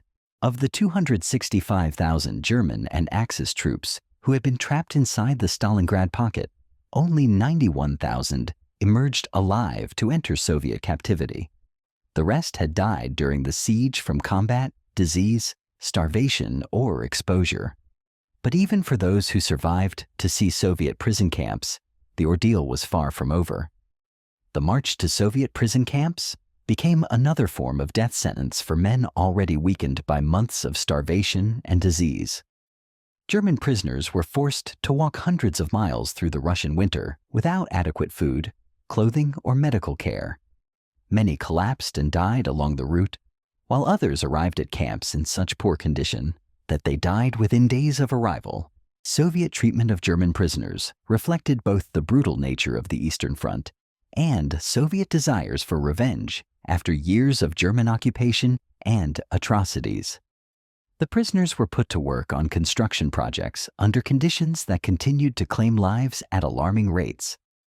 Of the 91,000 German soldiers who entered Soviet captivity at Stalingrad, approximately 6,000 would eventually return to Germany. That represents a survival rate of less than 7% for those who lived long enough to be captured, and approximately 2% for all the men who had been trapped in the pocket. The human cost extended far beyond the immediate battlefield. Families across Germany received news that their sons, fathers, and brothers were missing in action at Stalingrad. Many would never learn the exact circumstances of their loved ones' deaths, or even where they were buried. But the strategic implications of Stalingrad extended far beyond the immediate casualties. The destruction of the Sixth Army eliminated some of Germany's most experienced troops and demonstrated that the Wehrmacht was not invincible when forced to fight under unfavorable conditions. More importantly, it opened the road for Soviet forces to begin their advance westward that would end with red flags flying over Berlin. For the Soviet Union, Stalingrad became proof that their system could survive the worst that Nazi Germany could inflict. The city that refused to surrender had destroyed an entire German army and changed the momentum of the war. Soviet propaganda would use the victory to demonstrate that communist will could overcome fascist technology and tactics. The battle also marked the beginning of the end for Hitler's thousand-year Reich. After Stalingrad, the German army would never again conduct successful offensive operations on the Eastern Front. The initiative had passed permanently to the Soviets, who would use it to drive German forces back across Eastern Europe. Friedrich Paulus himself survived Soviet captivity and was eventually repatriated to East Germany in 1953. By then, he had become a critic of the Nazi regime and supporter of the Soviet-backed government in East Germany. Whether this conversion was genuine or simply a survival strategy, Paulus lived to see his homeland again, while most of his soldiers remained buried in the frozen ground around Stalingrad. The lessons of Stalingrad would influence military thinking for generations. Urban warfare doctrine, the importance of logistics in extended operations, the psychological factors that determine victory and defeat, all would be studied and restudied by military academies around the world. But perhaps the most important lesson was about the human cost of ideological warfare. When political leaders value symbols more than soldiers' lives, when propaganda becomes more important than strategic reality, the result is inevitably tragedy on an unimaginable scale. The Battle of Stalingrad stands as a monument to both human endurance and human folly. It showed what ordinary soldiers could accomplish when pushed beyond normal limits, but it also showed what happens when those same soldiers are sacrificed for the ego of leaders who refuse to acknowledge reality. In the end, Stalingrad became more than just a battle. It became a symbol of the entire war in the East, a conflict where neither side gave quarter, and the true horrors of modern warfare were realized in all their terrible forms. The city that bore Stalin's name had become the graveyard of German ambitions and the beginning of the end for Hitler's empire. The silence that fell over the ruins on February 2nd, 1943, marked not just the end of a battle, but the turning point of World War II. The road from Stalingrad would lead directly to Berlin, where the man who had sent 265,000 soldiers to their deaths would finally face the consequences of his decisions. But that is a story for another day. For now, it's enough to remember that in the frozen ruins of a city that most people had never heard of before the war, the course of human history was decided by ordinary soldiers who refused to surrender, even when surrender would have been the rational choice. They fought not for ideology or empire, but for each other, and for the simple human dignity that war tries to destroy but can never completely eliminate. In the end, that may have been the most important victory of all. The numbers don't lie, but they don't tell the whole story either. 2% survival rate.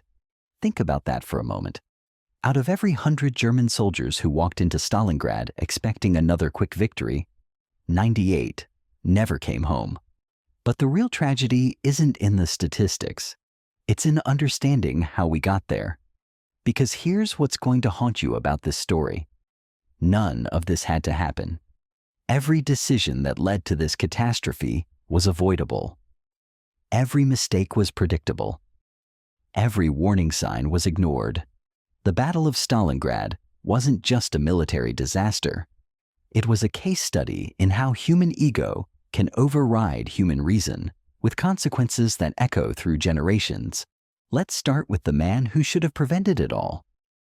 General Franz Halder, chief of the German General Staff, had been watching Hitler's strategic thinking deteriorate for months. A Bavarian artillery officer with 4 decades of military experience, Halder understood logistics, supply lines, and the mathematical realities of modern warfare in ways that the former Austrian corporal never would. By August 1942, Halder's daily situation reports painted a picture that should have terrified any rational leader. German casualties on the Eastern Front exceeded 1.5 million men. Equipment losses were mounting faster than German industry could replace them. Supply lines stretched across 1,000 miles of hostile territory were breaking down with increasing frequency. But when Halder tried to present these facts to Hitler, the Führer's response was predictable. The general was being pessimistic. He was undermining morale. He was failing to understand the bigger picture of German destiny.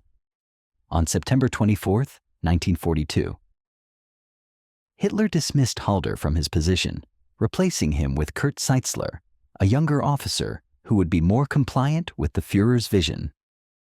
"You and I have been suffering from nerves," Hitler told Halder during their final meeting. "Half of our troubles on the Eastern Front are due to the influence of your staff. We need National Socialist ardor now, not professional generals." This moment crystallized everything that was wrong with German strategic thinking. Hitler was literally firing the man who best understood the military realities his army faced, replacing professional judgment with ideological enthusiasm. It was like replacing a doctor with a faith healer during a medical emergency. Halder's dismissal sent shockwaves through the German officer corps. Here was proof that expertise meant nothing if it contradicted the Führer's intuition. Generals who had spent their lives studying warfare were being overruled by a man whose military experience consisted of serving as a messenger in World War I. The psychological impact on German command was devastating. Officers began telling Hitler what he wanted to hear rather than what he needed to know. Intelligence reports were sanitized to avoid contradicting Nazi ideology. Strategic assessments were modified to support predetermined conclusions rather than inform difficult decisions. This is how competent armies become incompetent, not through lack of skill or courage among soldiers, but through the systematic suppression of uncomfortable truths at the command level. When leaders punish honesty and reward compliance, they create the conditions for catastrophic failure. Meanwhile, inside the Stalingrad pocket, German soldiers were learning firsthand what happens when political ideology overrides military logic. The airlift that was supposed to keep them supplied had become a cruel joke. On most days, transport aircraft delivered less than 50 tons of supplies to troops who needed 10 times that amount. But the real torture wasn't physical. It was psychological. These men had been raised to believe in German superiority, Nazi destiny, and inevitable victory. Now they were slowly starving in holes in the ground, while their leaders promised rescue that never came and supplies that never arrived. Obergefreiter Wilhelm Hoffmann continued writing in his diary, even as his unit disintegrated around him. His entries from December 1942 capture the mental breakdown of an entire army. December 11th. 3 horses slaughtered yesterday. Horseflesh tastes good. The soldiers look like corpses or lunatics, looking for something to eat. December 14th. Everybody is racked with hunger. Frozen potatoes are the best meal. But to get them out of the ice-covered ground under fire from Russian snipers is not easy. Today, I nearly lost my life trying to get near the potato pits. December 21st. The Russians are so close we can hear them talking. We are lying in the snow and it is 35 degrees below zero. We have not had a warm meal for days. I would eat a cat if I could catch one. But Hoffman's diary reveals something more disturbing than physical suffering. It shows the slow collapse of military discipline and human decency under extreme pressure.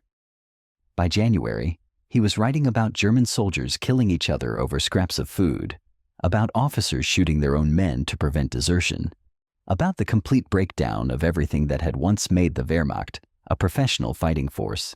This psychological disintegration was exactly what Soviet strategy had intended to achieve.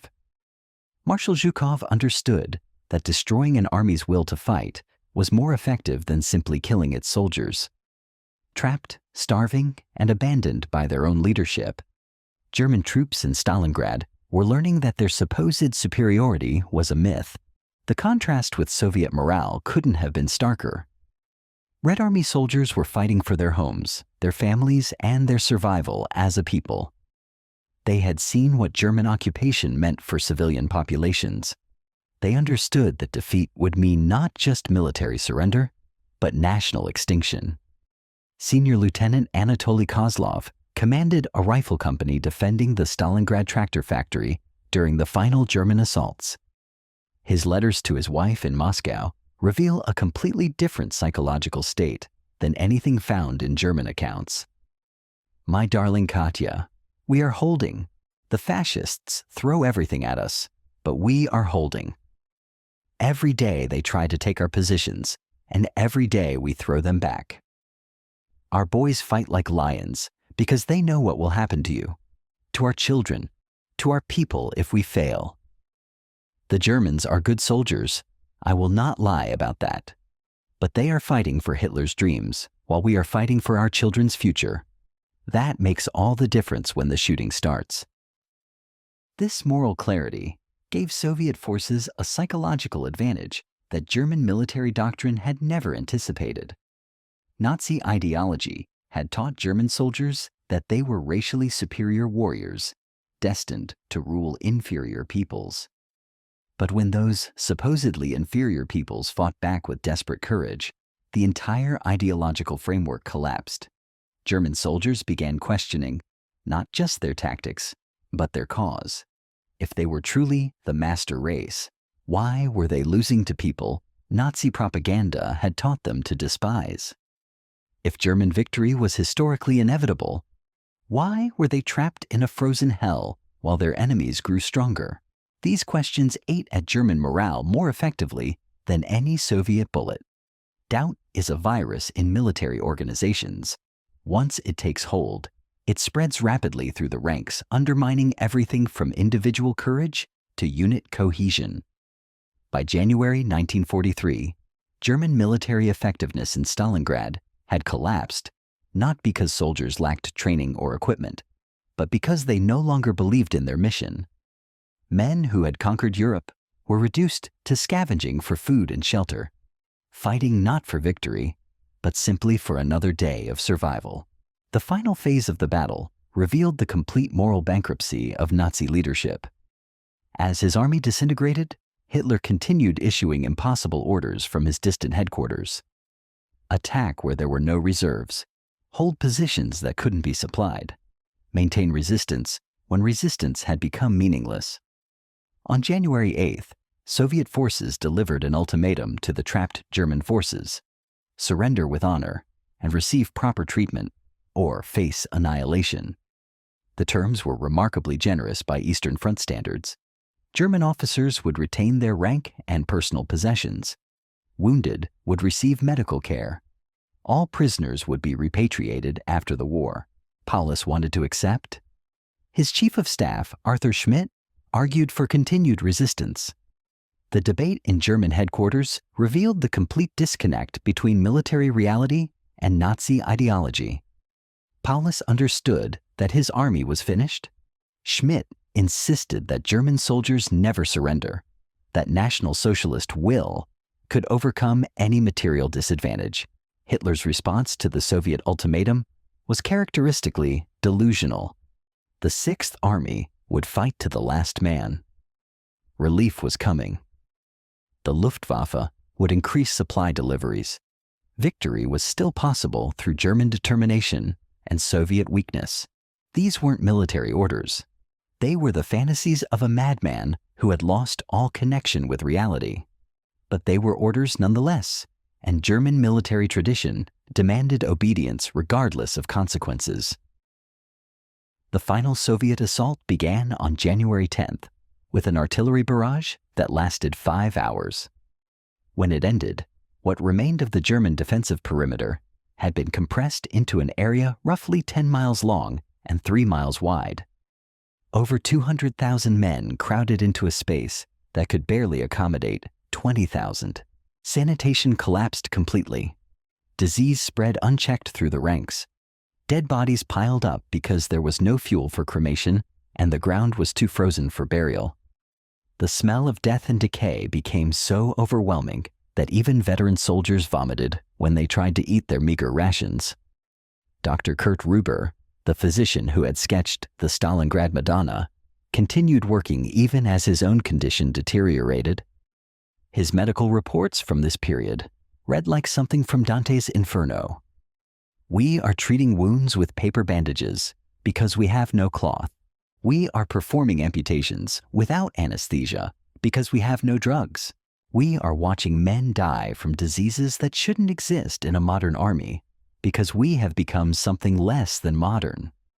The cold is beyond description. Instruments freeze to our hands. Blood freezes before we can clean wounds. Men die while we work on them, not from their injuries, but from exposure. We have become a hospital for the dying rather than the living. But perhaps the most damning evidence of German leadership failure came from intercepted radio communications between Paulus and his superiors. Even as his army died around him, Paulus continued requesting permission to surrender, only to be denied by commanders who were safe in warm bunkers hundreds of miles away. Army High Command to Sixth Army. The Führer expects you to hold your positions to the last man and the last cartridge. German soldiers do not surrender. Fight until victory or death. End of message. Sixth Army to Army High Command. Request immediate authorization for breakout operations or capitulation negotiations. Current casualties exceed 80%. Remaining troops lack strength for continued resistance. Medical supplies exhausted. Ammunition nearly gone. Cannot comply with previous orders without immediate reinforcement. End of message. Army High Command to Sixth Army. No authorization for withdrawal or surrender. Victory will be achieved through National Socialist determination. Continue resistance at all costs. Relief operations continue. End of message. These exchanges revealed the complete moral failure of Nazi leadership. Men were dying while their commanders played word games about honor and determination. Soldiers were freezing and starving while politicians made speeches about inevitable victory. The final collapse came with stunning suddenness.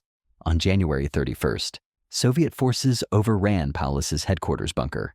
The field marshal, who had been promoted specifically to prevent his surrender, found himself facing exactly the choice Hitler had tried to foreclose. Paulus could follow the Führer's expectations and commit suicide, dying as a Nazi martyr. Or he could accept the reality that his men deserved to live, even if that meant the humiliation of capture. His decision revealed more about his character than anything else in his career. I will not kill myself for that Austrian corporal, Paulus told his staff as Soviet soldiers approached their bunker. My men have fought with honor. They deserve better than dying for one man's ego. Under The surrender of Friedrich Paulus marked the end of the Stalingrad battle, but not the end of the dying. Soviet prison camps awaited the survivors, and those camps would prove almost as deadly as the battle itself. Of the 91,000 Germans who entered Soviet captivity, fewer than 6,000 would ever see home again. But the real tragedy of Stalingrad isn't found in casualty statistics or strategic analysis. It's found in understanding how preventable the entire catastrophe was. At every critical decision point, rational alternatives existed. At every moment of crisis, professional military advice could have prevented disaster. Hitler chose symbol over strategy, ideology over intelligence, ego over expertise. The result was the destruction of an entire army and the beginning of Germany's inevitable defeat. But the lesson extends far beyond World War II. This is what happens when leaders stop listening to experts, when political considerations override professional judgment, when ideology becomes more important than evidence, when ego becomes more valuable than human life. The frozen ruins of Stalingrad stand as a monument to the dangers of absolute power, unchecked by accountability. They remind us that competence matters, that expertise has value, that reality always wins in the end, no matter how powerful the people who choose to ignore it. 265,000 men walked into Stalingrad believing they were serving a great cause. 6,000 walked out, having learned that great causes mean nothing when they're built on lies. The difference between those numbers tells the story of what happens when politics overrides reality. It's a lesson worth remembering, because the conditions that created Stalingrad, authoritarian leadership, suppressed dissent, ideology over expertise, can emerge anywhere, anytime. The only defense against repeating such tragedies is understanding how they happen in the first place. The silence that fell over Stalingrad on February 2nd, 1943, wasn't just the end of a battle. It was the sound of reality reasserting itself after months of delusion. And in that silence, you can still hear the echo of a question that every generation must answer. Will we listen to truth-tellers? Or will we silence them until reality forces us to listen? The men who died at Stalingrad deserve better than to be forgotten. They deserve to be remembered as a warning about the cost of choosing comfortable lies over uncomfortable truths. Because in the end, reality always wins. The only question is how much we're willing to sacrifice before we accept it. The aftermath of Stalingrad rippled through Germany like a seismic shock. But here's what's going to surprise you about how the Nazi regime handled their greatest military disaster. They didn't admit it happened. Picture this. You're a German housewife in Munich, February 1943. Your son Hans has been fighting at Stalingrad for months.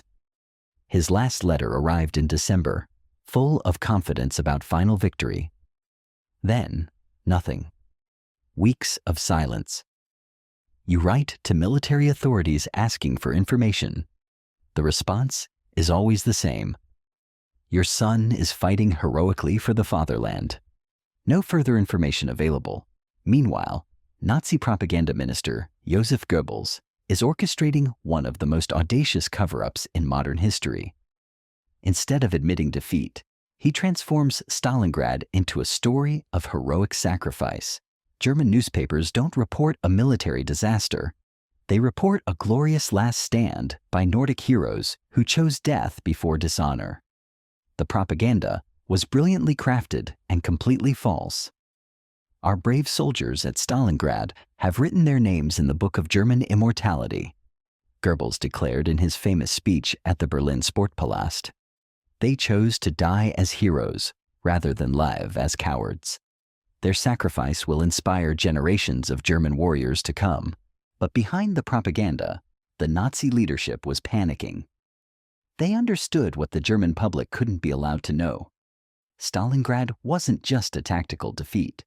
It was proof that the Wehrmacht wasn't invincible, that German soldiers could be outfought by people Nazi ideology declared inferior, that the 1,000-year Reich might last considerably less than 1,000 years.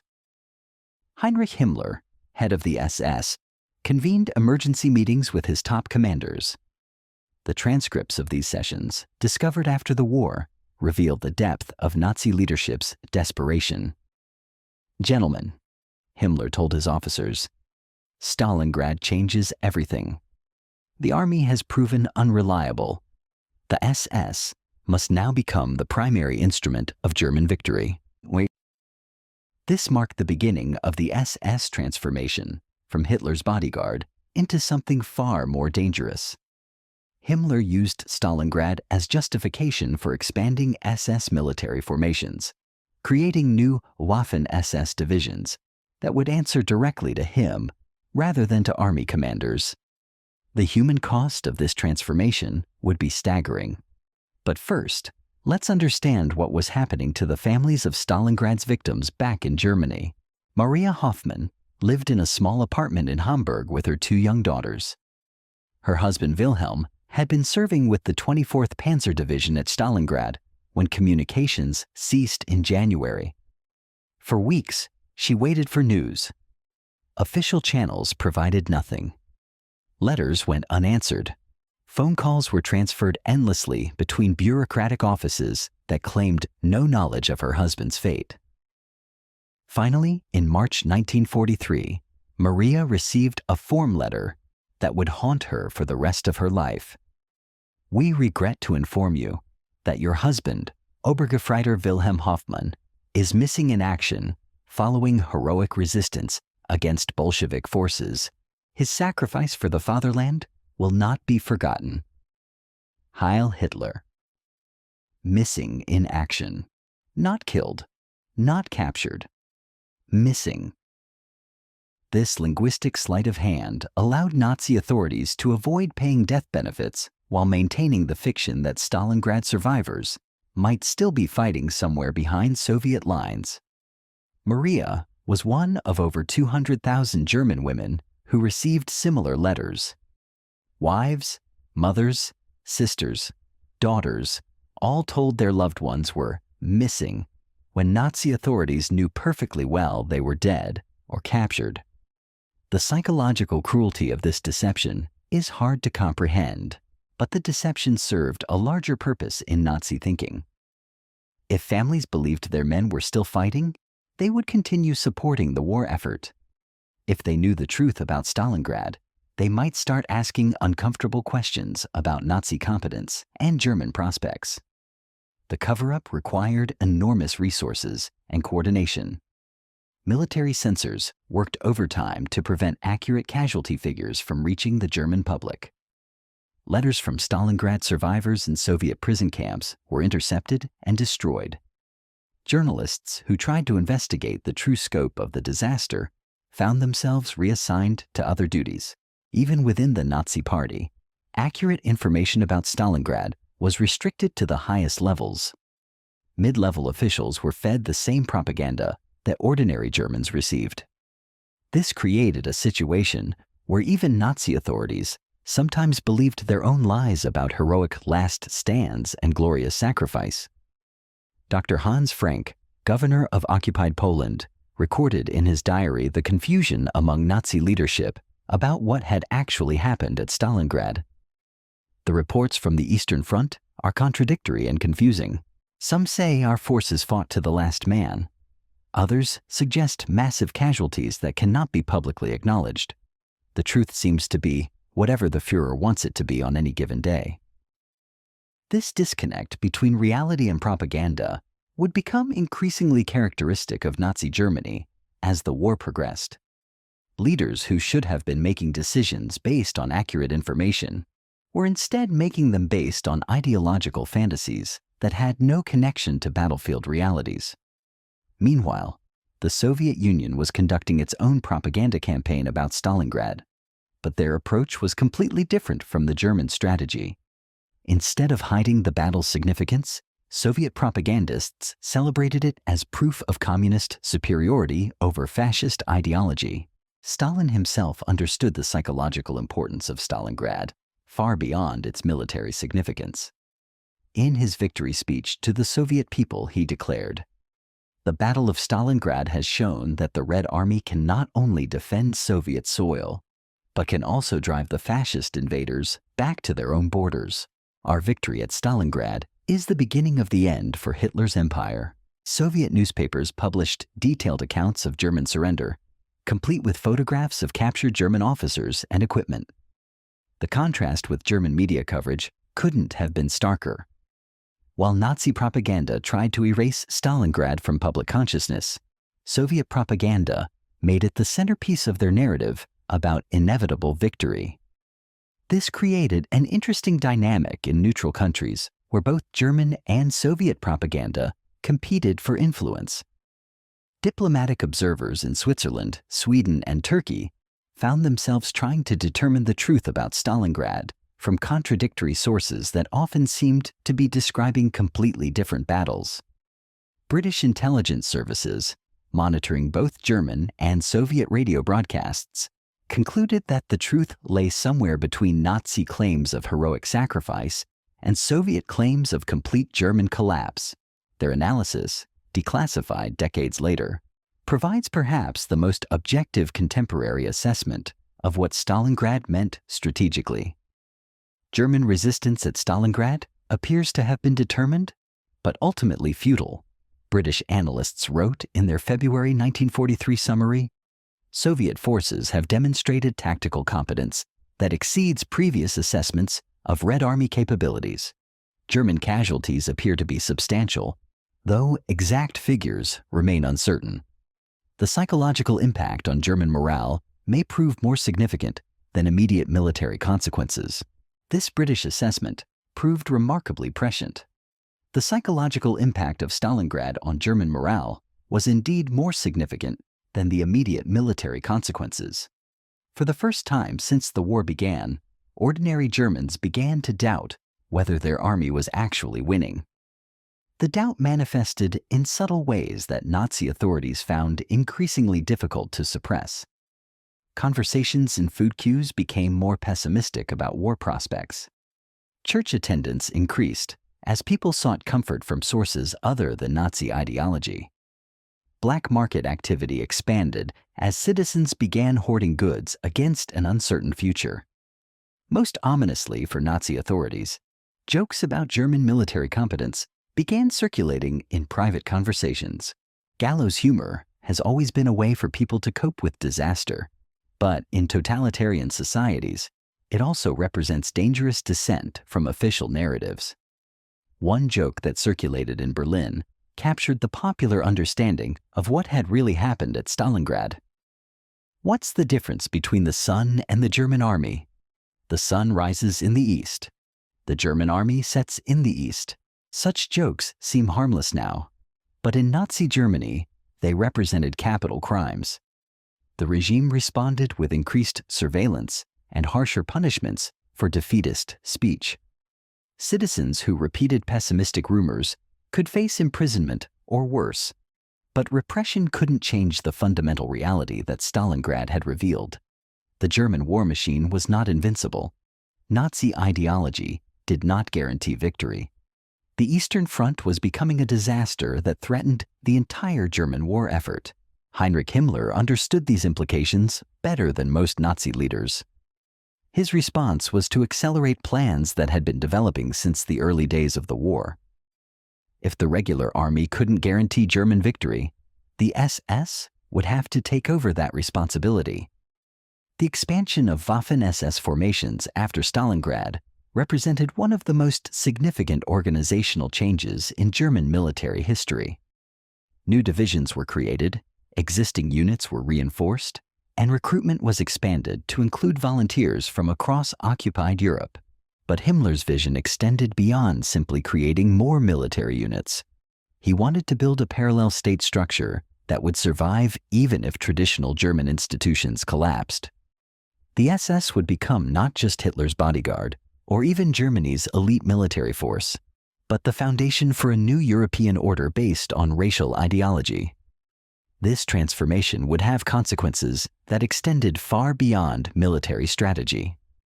The SS expansion after Stalingrad laid the groundwork for some of the most horrific crimes of the entire war.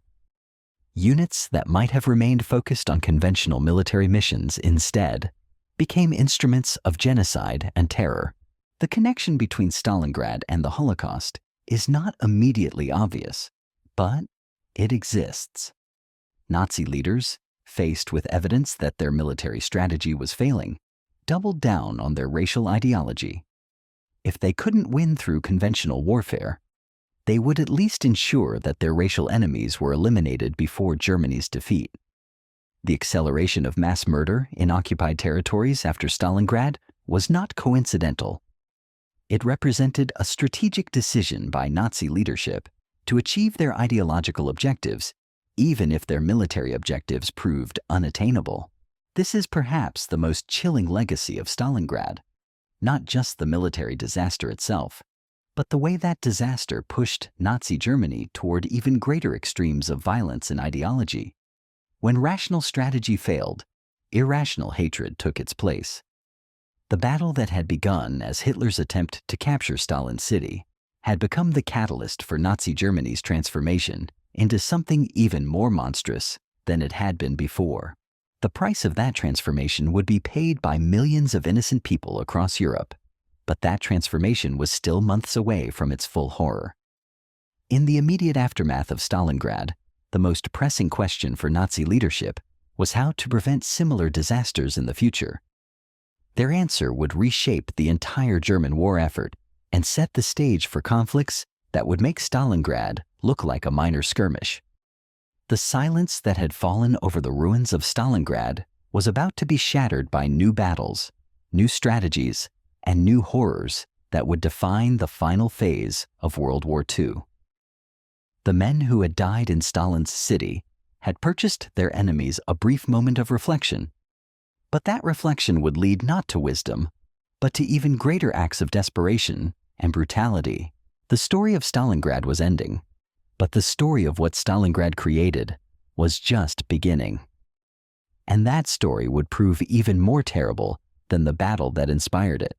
Because when totalitarian regimes face evidence that their core beliefs are wrong, they don't abandon those beliefs. They pursue them with even greater fanaticism, convinced that previous failures resulted from insufficient commitment rather than flawed ideology. The frozen ruins of Stalingrad had taught Hitler and his followers nothing about the limits of German power or the dangers of racial ideology. Instead, those ruins had convinced them that only more extreme measures could achieve their ultimate objectives. So there it is, the Battle of Stalingrad, 2 million casualties, an entire German army destroyed, the beginning of the end for Hitler's 1,000-year Reich. But here's the question that should keep you awake at night. How do we make sure this never happens again? Because the real lesson of Stalingrad isn't about military tactics or strategic planning. It's about what happens when leaders choose ego over expertise, ideology over intelligence, symbols over human lives. When we stop listening to uncomfortable truths and start believing our own propaganda. The frozen ruins of that city stand as a monument to the cost of absolute power without accountability. They remind us that reality always wins in the end, no matter how powerful the people who choose to ignore it. 265,000 men learned that lesson the hard way. Only 6,000 lived to tell about it. Remember those numbers the next time someone tries to convince you that expertise doesn't matter, that professionals don't understand the big picture, that comfortable lies are better than uncomfortable truths. Because in the end, the bill always comes due. And it's always paid by people who never wanted to fight that war in the first place.